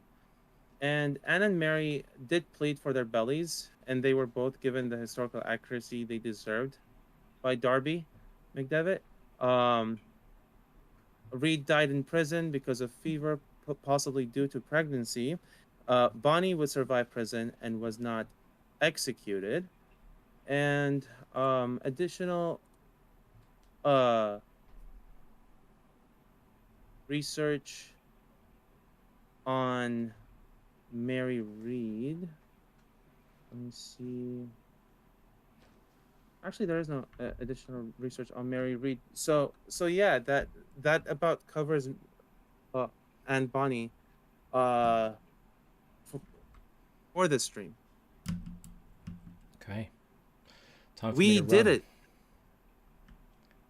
We did it. That was great. Yeah, Get out yeah. of here. Get get out of here and Haven't even got a smoke and bomb, damn it. I got nothing. just run, James. Run, run, run, Can these run, guys Forrest, parkour? run. Who knows? Right as he was acting stealthy, you tell him to start running. I know. It's okay.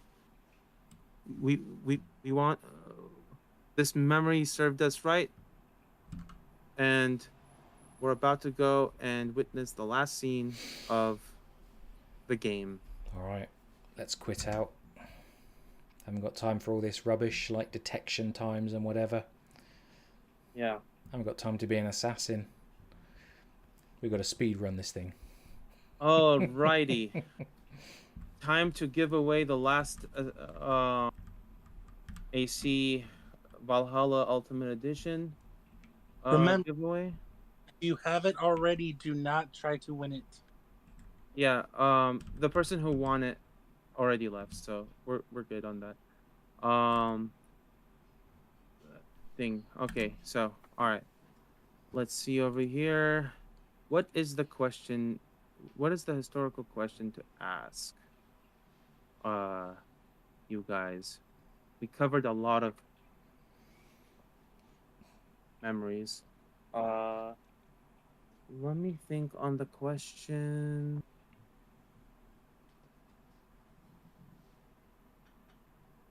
Yeah, yeah, Declan. James James has been a pro gamer this whole time. My objective during this stream was to show you all how not to play this game. And I think I've done a good job there. Well, everything but like that one mission, you were fine. Where you became a walking restart. Oh, I hate that mission, honestly. Ugh. That mission type, just in general, doesn't work for any game. Nobody likes tailing crap. So I'll be honest, right? I love the ship tailing missions. I don't know why, I find it really satisfying, but the actual tailing in person, not so much.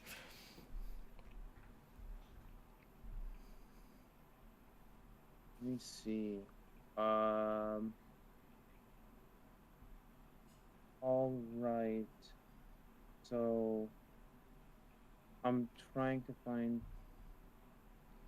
To answer Meg's question, how are you out of smoke bombs? I think because I was wearing the Italian diplomat's disguise, because you're wearing a disguise and not your own gear, it takes away all of your tools. I think, but I'm not certain. That's convenient. Okay.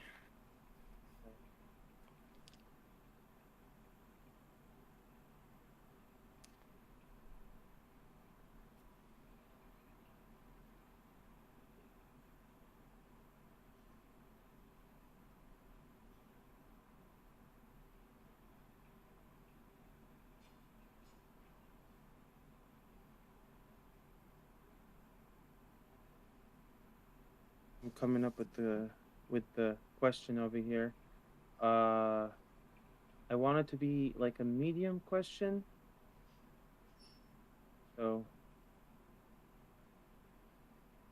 just bear with me for a second. Uh, all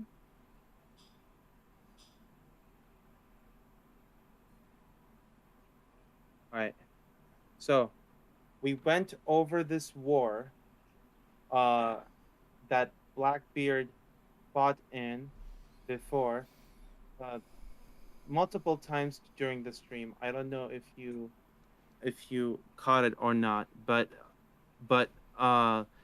name what was the word that Blackbeard fought in that led to him naming his ship Queen Anne's Revenge? That is the question.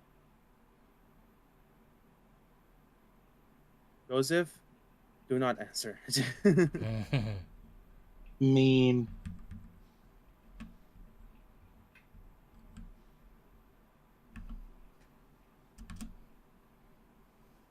uh Here are the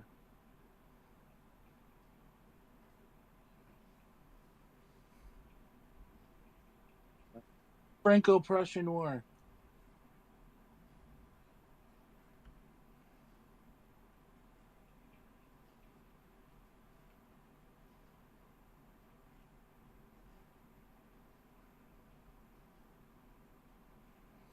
So we've got a few answers in chat.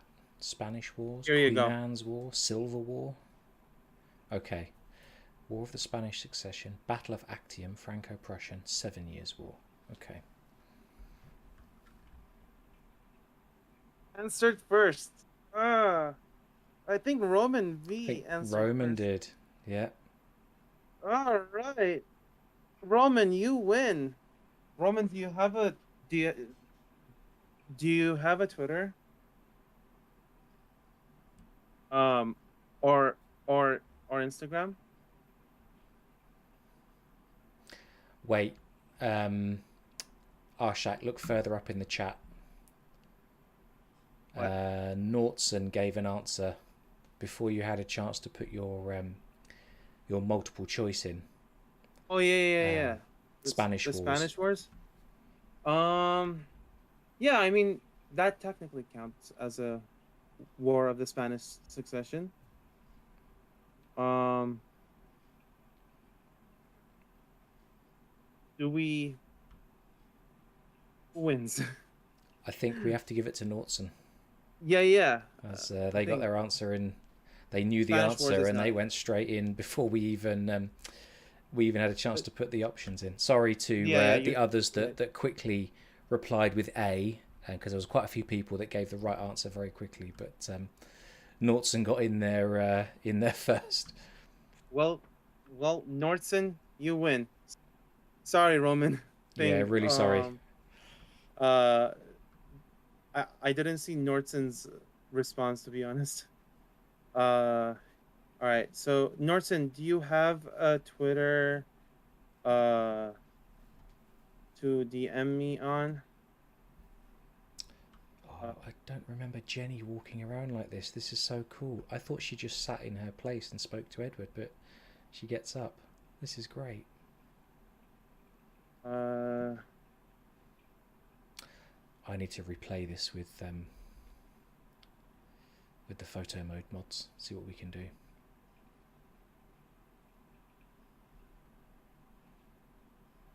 okay. Awesome, Nordson. Can you reply to? Can you shoot me a DM on Twitter? Yeah, shoot me a DM on Twitter and tell me where you live. Is it Europe, US, Asia, or South America, or I think, and which console you want the AC Valhalla Ultimate Edition on? I wanted a PlayStation 2, man. What? Say that again, Joseph. We lost you there. I said I want it on PlayStation 2. You're living in the old world, buddy. No, James is in the old world. Nice. I see what you did there. Oh, nice. Yeah. Now I feel it. Oh, look at Jenny just sitting down over there. Well, I'll be honest, I don't remember her moving around. And when I steered the ship, I thought maybe I'd made her fall over because then she sort of laid in this position. But I think maybe she's supposed to be there just watching her dad sail. It can be a PC. Nort. Yeah, okay. Just to keep in contact, shoot me a DM on Twitter. At AC_landmarks. So I think the game may have just crashed. Sorry, mate. Sorry, Arsh, didn't mean to speak over you there. Say that again. No worries. Wait, did the game crash? I think it has. Yeah. Well, but that's okay because we're done. We are done. So we did great work. Let me see. There we go. Oh, are we still in chat? Is the live stream? The stream is still streaming. It's just we've lost Black Flag. Oh, okay. Well, Black Flag has been has been in our service for a long time. Huh? I said Black Flag decided to wave the white flag. Nice one. Yeah. Well. So yeah, this was a fun chat. Thing. I just want to make sure I have Nordson's like information. Yeah. So Nordson, give Arshak a follow on Twitter, send him a DM, and go from there. Actually, Nordson, do you have a Discord? I think the Discord way worked better. Just to be sure you got the message, right? Just a second. Yes, I did. Okay, awesome. All right, guys, thank you so much for spending all this time with us. This has been the longest AC Discovery Tour stream officially. Yeah, thank you, James, for hosting it. It was no worries, mate. Happy to. It was amazing to collaborate with you. Thank you, Joseph, for researching all the topics that you were responsible for. This was an amazing collaboration with you all. Same. Really enjoyed it. And as always, Arshak, we enjoy having you on the podcast as well. Joseph, nice to meet you for the first time and speak to you. You too. So yeah, let's close it there. Thanks everybody for watching. Thank you guys. Have a good one. Bye. See you on the next one. Bye.